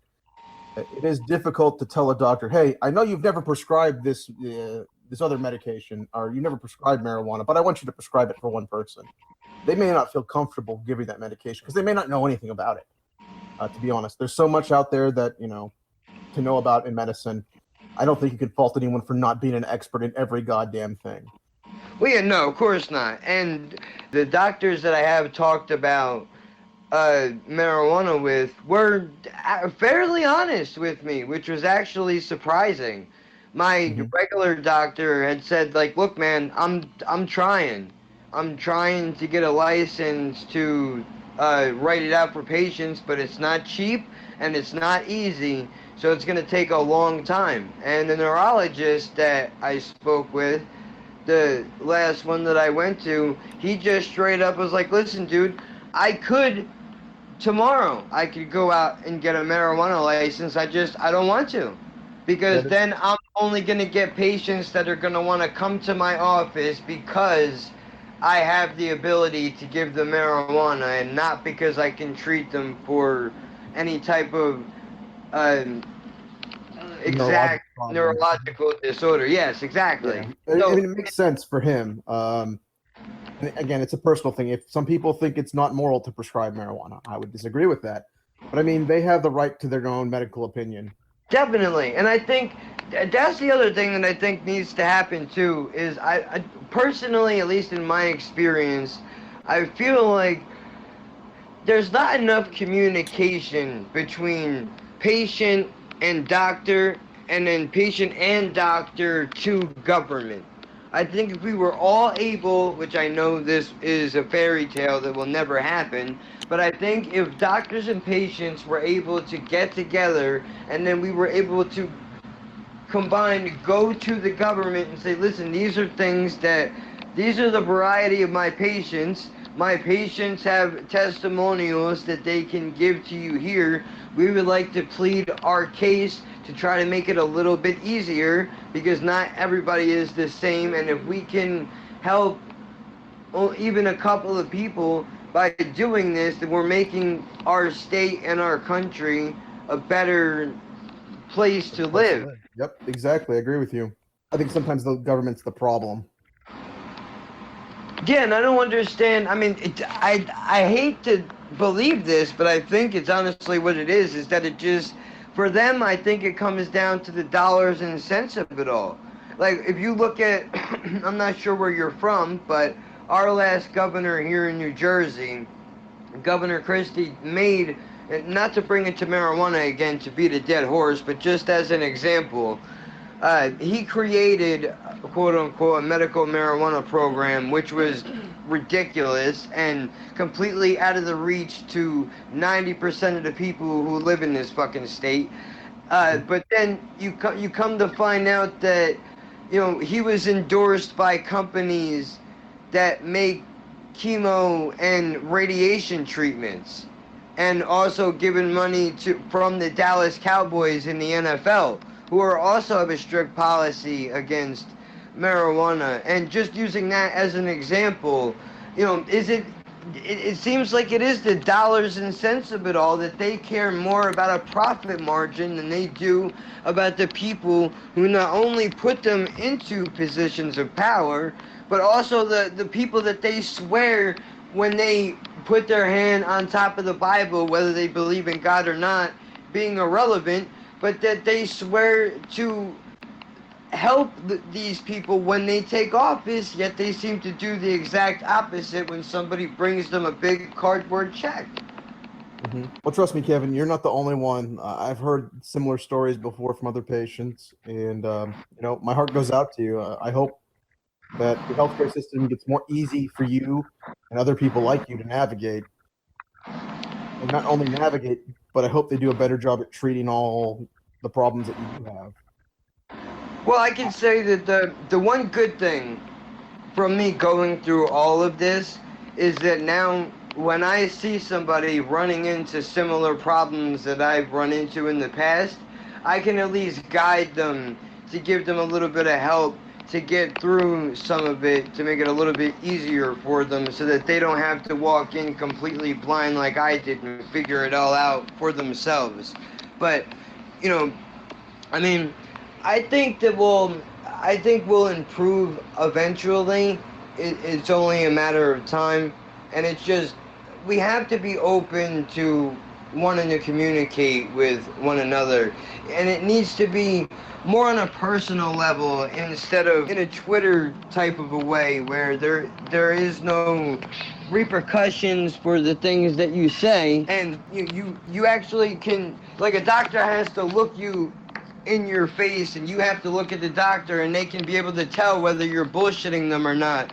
Or when you can present a record that shows you that, you know, I've never had any type of issue with drugs or anything like that.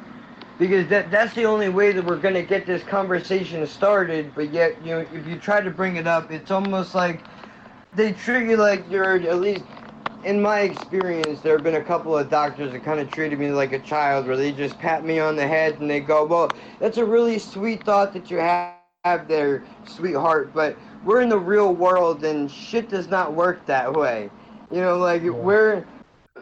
Money runs this shit, motherfucker, so unless you can take your hopes and dreams and shove them up your ass, because unless you're going to cut me a check, nothing I can do for you. I gotta keep my lights on too and feed my kids and myself. So I can't even, the worst part is I can't even really be mad at them. No, I mean, you should not feel like you're handcuffed based on what doctors are telling you. If you don't think that they're treating you right, capitalism allows. You can go pick someone else. You can write them a bad review. I mean, there are plenty of things you can do to vent and get your opinion out there, because if someone is an asshole, and I know a lot of people who treat their patients like assholes, I don't know why their patients keep coming back to them. You know? If I think a lot going to sit and bitch at you like you're a little kid and not treat you like an adult with respect, why are you letting them do that to the next person and the person behind, you know, after you? I think it's a combination of things. I think one of those things is intimidation. Because I understand you're a doctor, you've seen however many people a day, right? But when you're, and I don't know if you're, that's a good question for you too, which I'll ask you first before I go and dive into this, is I know as a patient, when I go into the office for the first time, or even if I'm going into an office with a doctor that I've dealt with before, I'm always nervous. I don't know why, but I'm always afraid that something, you guys are, you make your living, unfortunately, having to give bad news of some kind most of the time. But do you ever feel, on the reverse side of that, as a doctor, do you ever get nervous going into a room when you're looking over a patient's chart before you open that door? Is there something that you might see on that chart that just kind of makes your stomach drop for a second? Or is it just, I'll go in there, I do what I have to do, and then I'm just on to the next person without really having to worry about it? Not saying in the sense that you don't care, but just that you have to, I would imagine you would have to disassociate yourself a certain amount to be able to do your job effectively. Yeah, I've heard a lot of people give that advice that, hey, you have to dissociate from the people you're caring for in order to not let it get to you as a physician. You know, people don't want to see physicians be emotional or react badly to bad news. I don't think that way. Although I don't think I would ever cry in front of a patient, just because that's not my personality. I'm not that emotional for most things. I do try to be empathetic, and I try to be very practical and understanding with people. Most people don't have the vast depth of health literacy that you do, Kevin. You know a lot about medicine and health, and not being someone who works in the field. Most people don't have the ability to comprehend the topics that we're talking about. So I like to talk to them at the level that they appreciate. That is why I said Kevin is intelligent.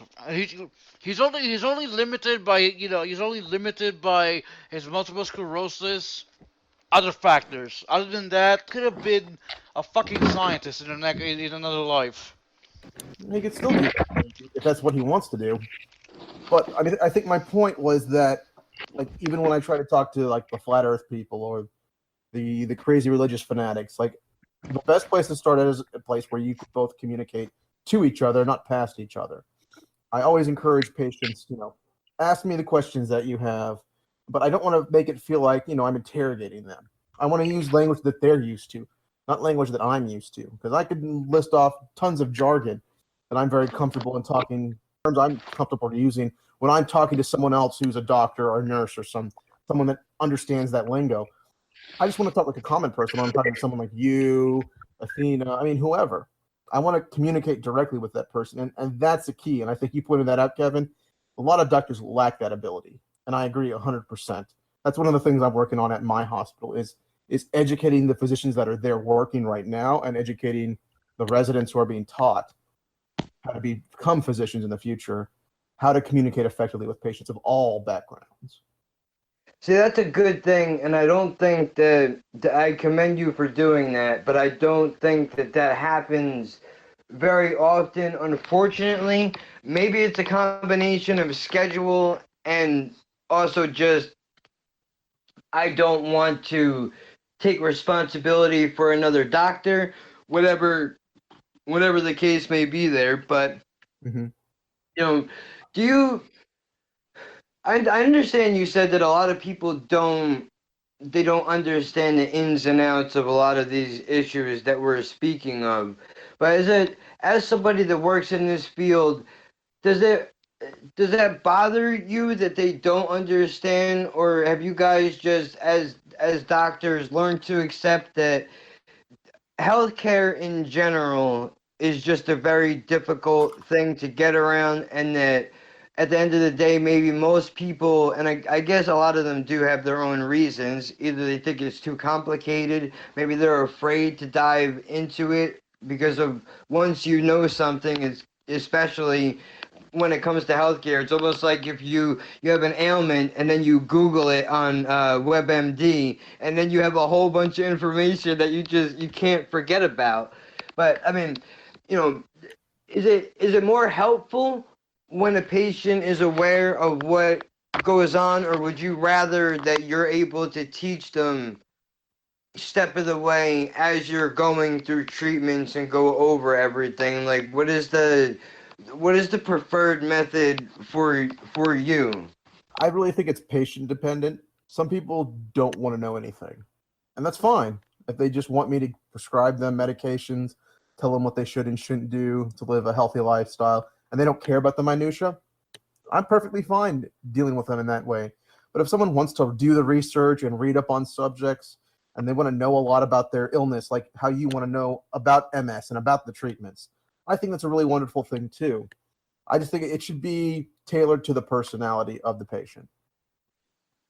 That makes sense. I can definitely see that happening.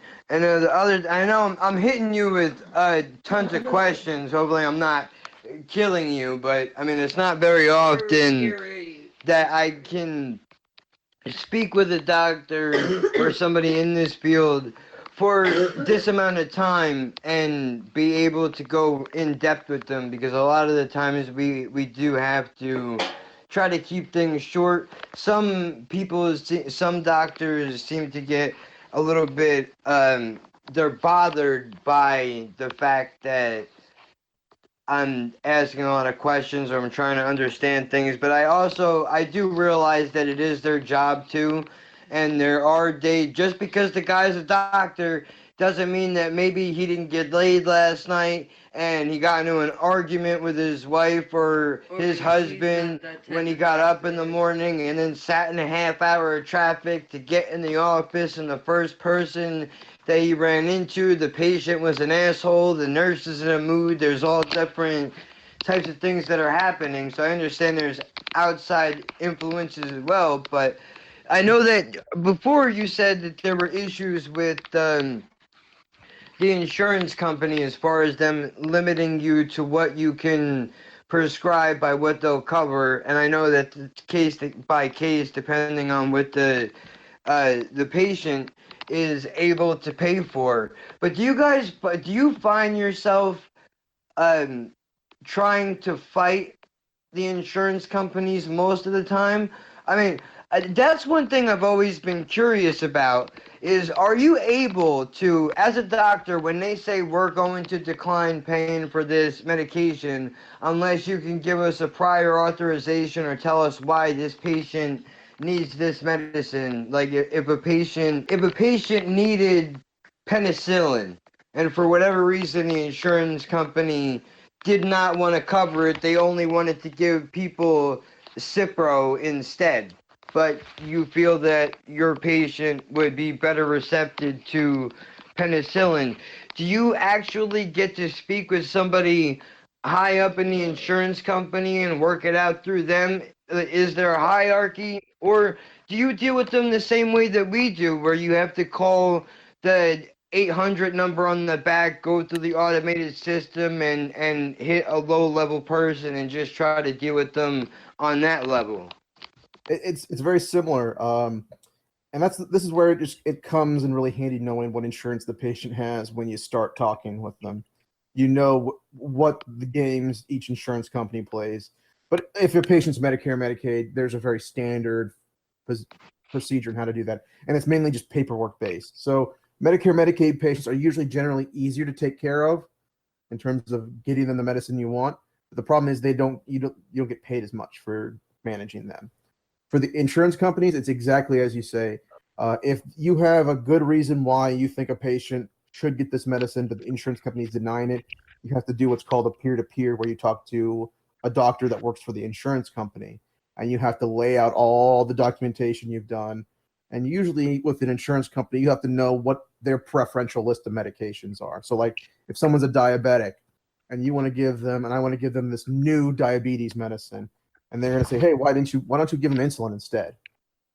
I have to document saying that, okay, we've tried insulin. The insulin has either caused them problems, they've become sick on it, and they get really low blood sugars, or for some, it doesn't help with their overall blood sugar control. I have to document a lot of visits and reasons why they should be on this medication, that I've failed their preferred medications before they'll consider something else. And even if I do all that documentation, it's not guaranteed they're even going to cover it. They may say, well, it's nice that you like that medicine. We're going to recommend you give your patient this one still. And that's all we're going to cover, and that's the end of the discussion. So some doctors will fight for their patients. Some doctors will say there's no point because I already know what medicine they're going to tell me to use next, and they just go to that medicine instead of doing the pre-auth for it. Right, because at the end of the day, they're going to make you. They want you to be the bad cop, to have to walk into the patient's room and say, "Sorry, but I tried, man. Insurance company just won't do it. There's nothing I could do." And then in turn, your patient gets mad at you when really you're like, "Dude, we're fighting the same fight," but they don't realize that because they're not there. And I know that. I did bring up drug reps before. This bothered me. Recently, I got sick, bronchitis, that time of the year, starting to get cold or whatever. I'm in the doctor's office, and I have my earbuds in, and I see these two guys, and when I see these drug reps, man, they're like, the way that they dress is the same way that when a Jehovah's Witness or whoever is coming to knock on your door to hand you a flyer. You see that they're coming a million miles away. But they walk into the office and say to the doctor, or the receptionist rather, all right, we need Dr. So-and-so, who is a nurse practitioner, to sign off for the head doctor in the building to prescribe patients this medication. I don't understand, like, what is it that they are doing? Are they selling drugs directly from the manufacturer, or are they there on behalf of the combination of the drug manufacturer and the insurance company to have the doctor just sign a piece of paper that they might have negotiated a deal with previously, but now they just need a hard signature on a paper to be able to cut the deal to make it final?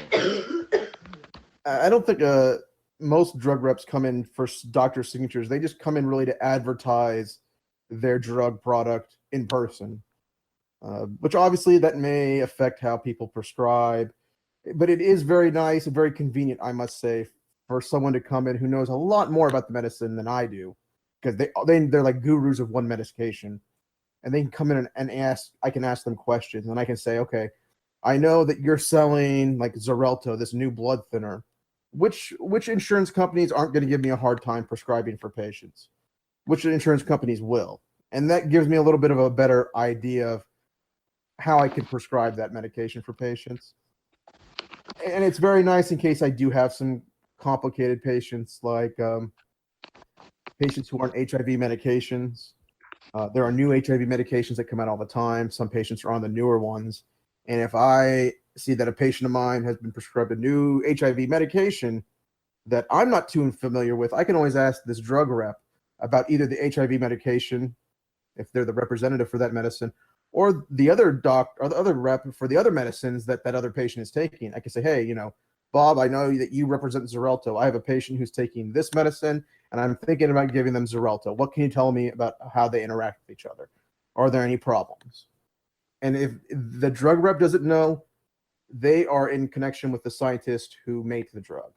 So I can talk to them directly, to the people who make the drug, in terms of the PhDs and all those kind of people. They'll get me a phone call or an email or something where I can get the answers I need that aren't necessarily available online. I do think it's a good thing, but there definitely shouldn't be any. You shouldn't be, as a physician, I don't think I should ever buy in stock for pharmaceuticals or HMOs or insurance companies. I think that's an ethical violation. But yeah, I personally would never be influenced by a drug rep on what to prescribe for my patients. It's always going to be what's best for them above whoever comes to visit me in my hospital or my office.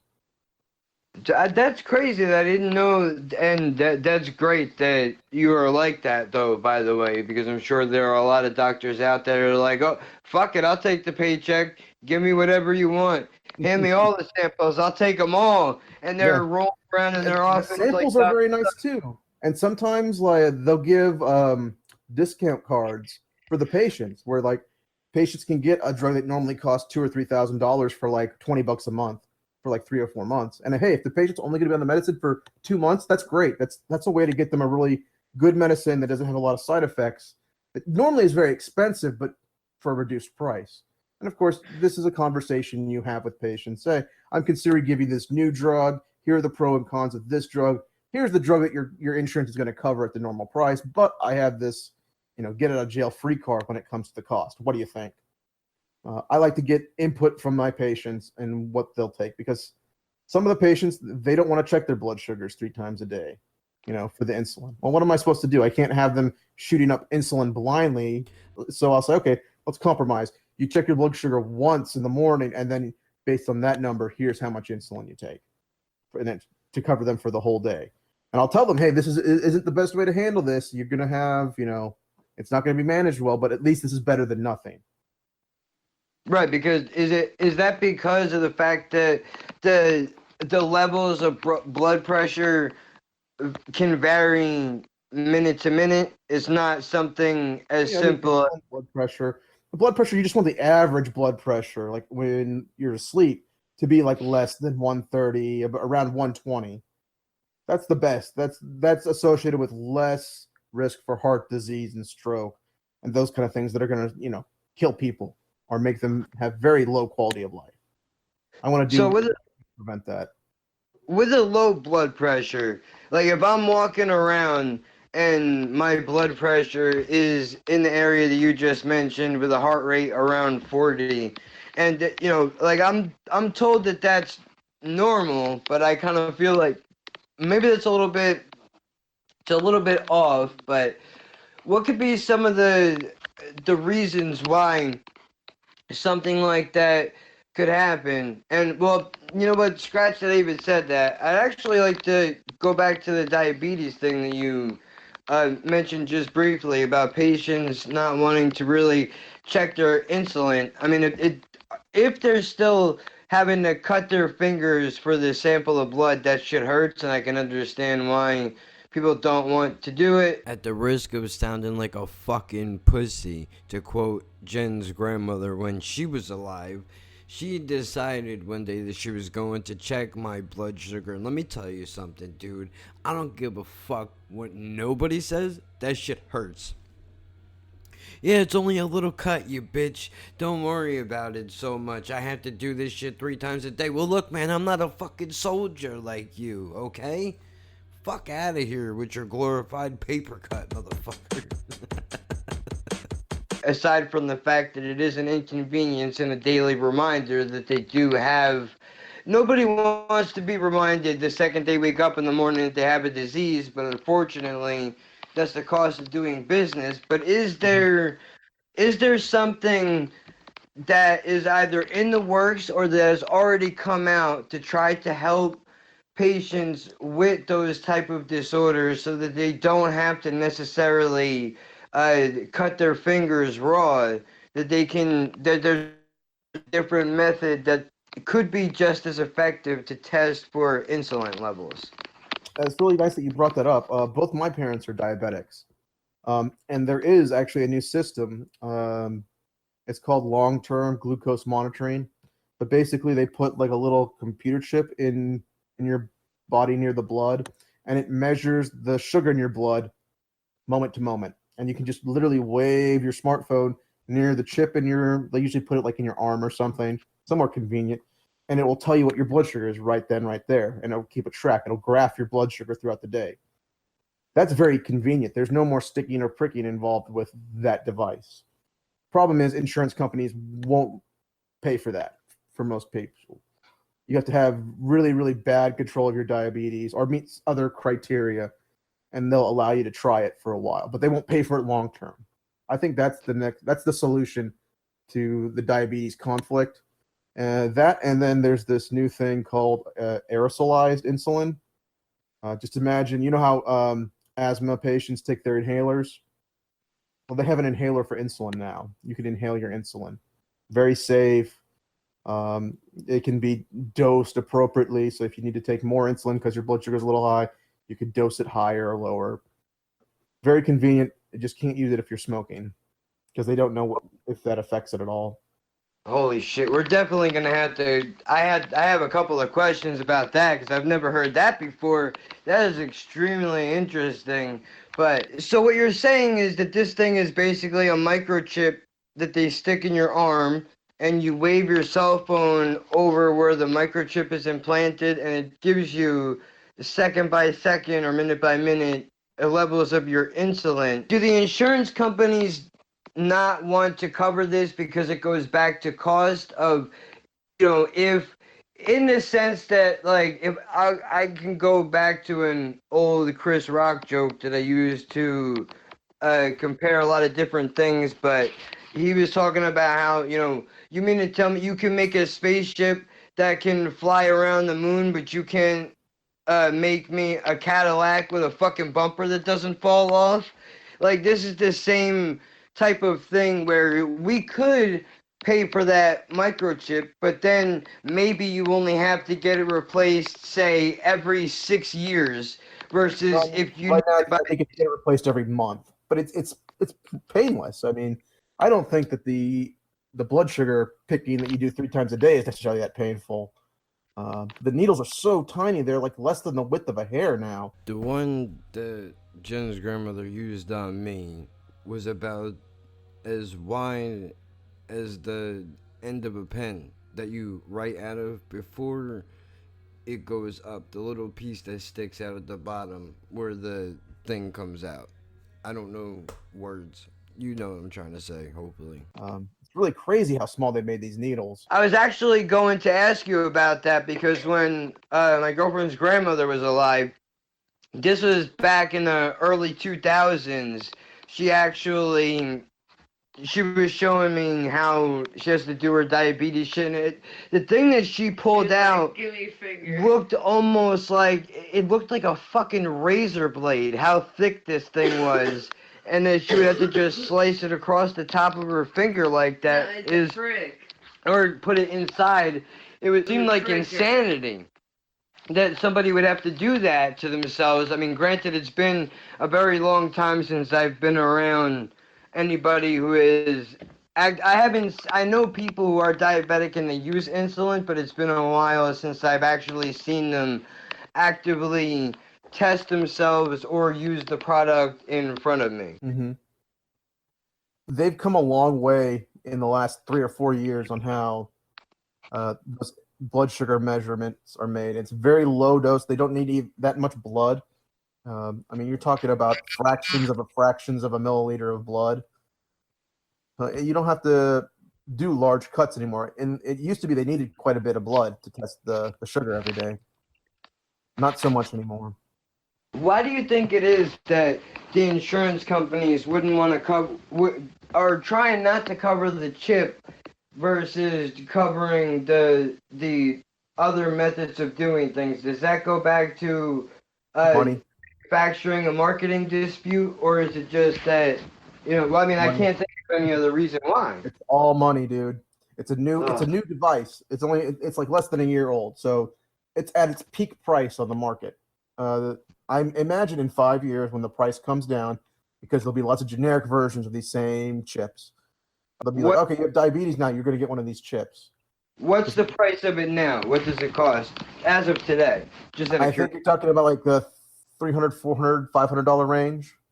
Okay. You have to get it like every month. So yeah, when the chip becomes $15 and it's affordable for everybody, then the insurance will be like, yeah, now we have no problem giving this to the patients, because now we'll be able to make sure that they live longer and healthier, because now they can check their blood sugar at every instant. So basically, they don't want a block; they want the entire city. If they're gonna sell some shit on the street, they want to flood it like Denzel Washington did with Blue Magic. They don't want a little piece of it; they want the entire thing.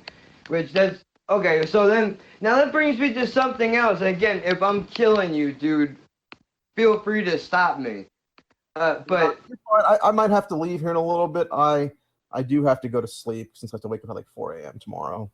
But we're good. Okay. I was gonna say, all right. So since if there's a chip for diabetes, is there two-part question? One was a while ago on the radio, I heard a story about a kid. To make it short and simple, kid was a hockey player, got checked by another player into the glass, wound up breaking his spine.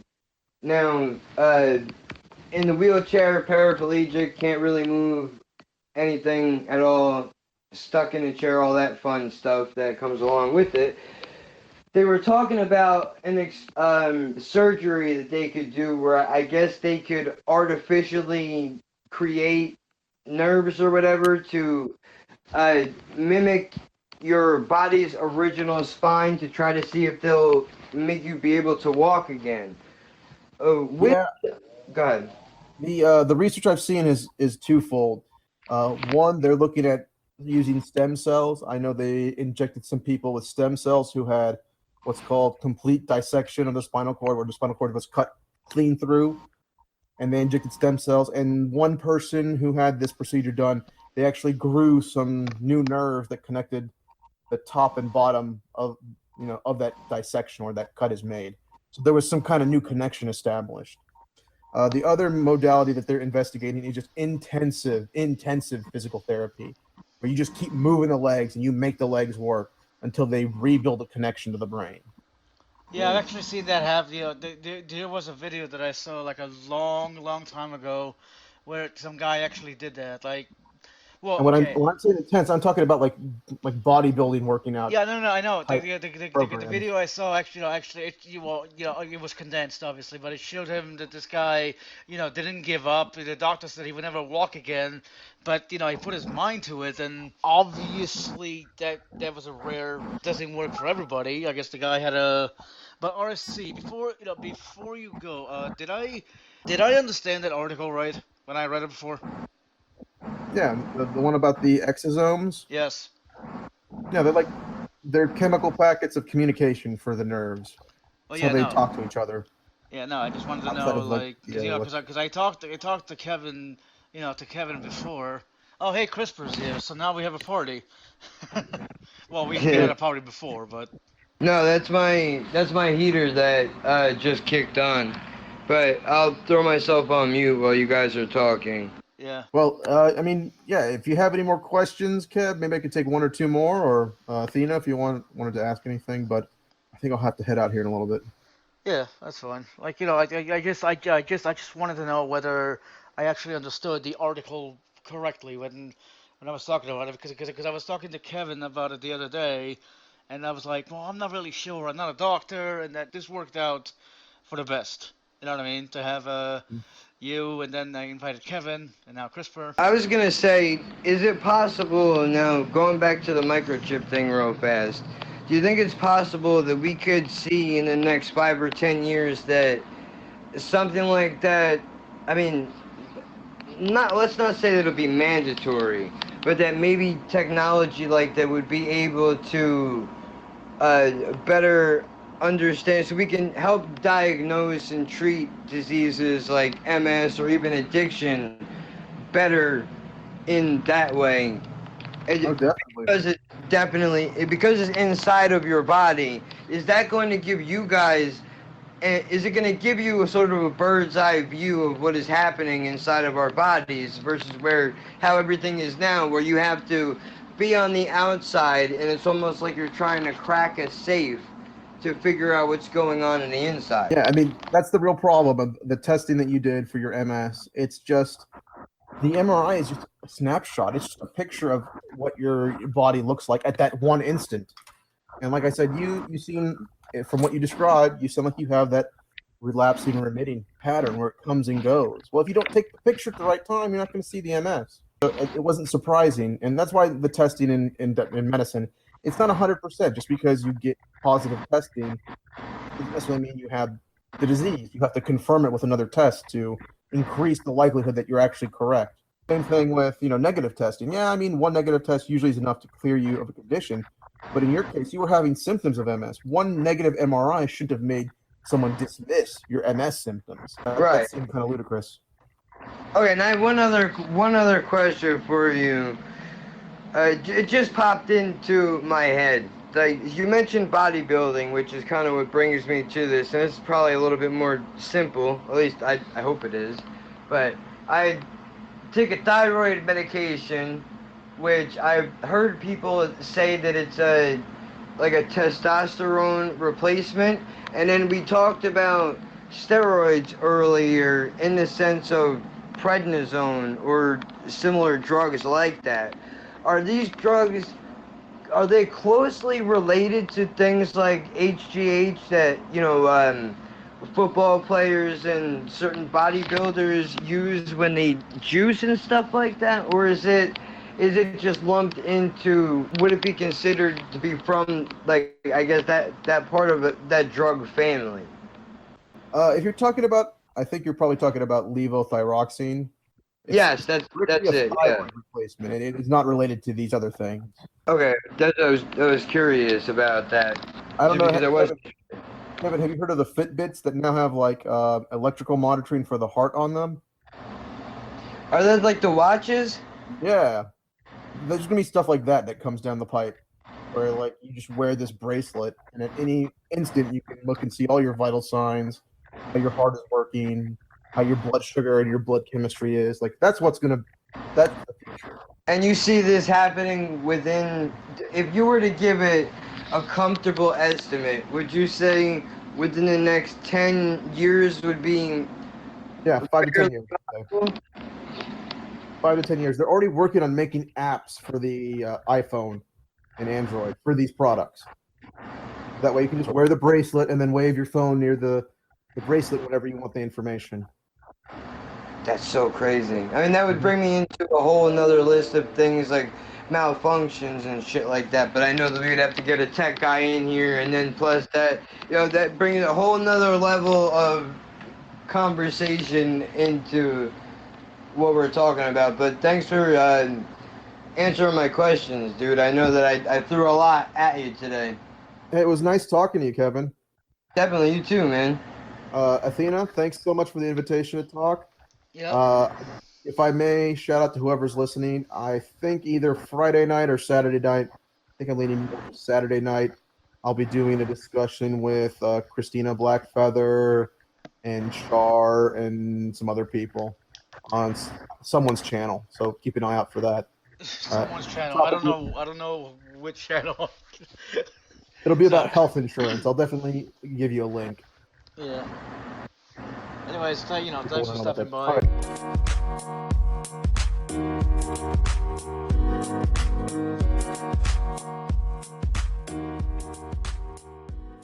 How do they teach you how to tell someone that they're dying? It's kind of like teaching architects how to explain why their building fell down.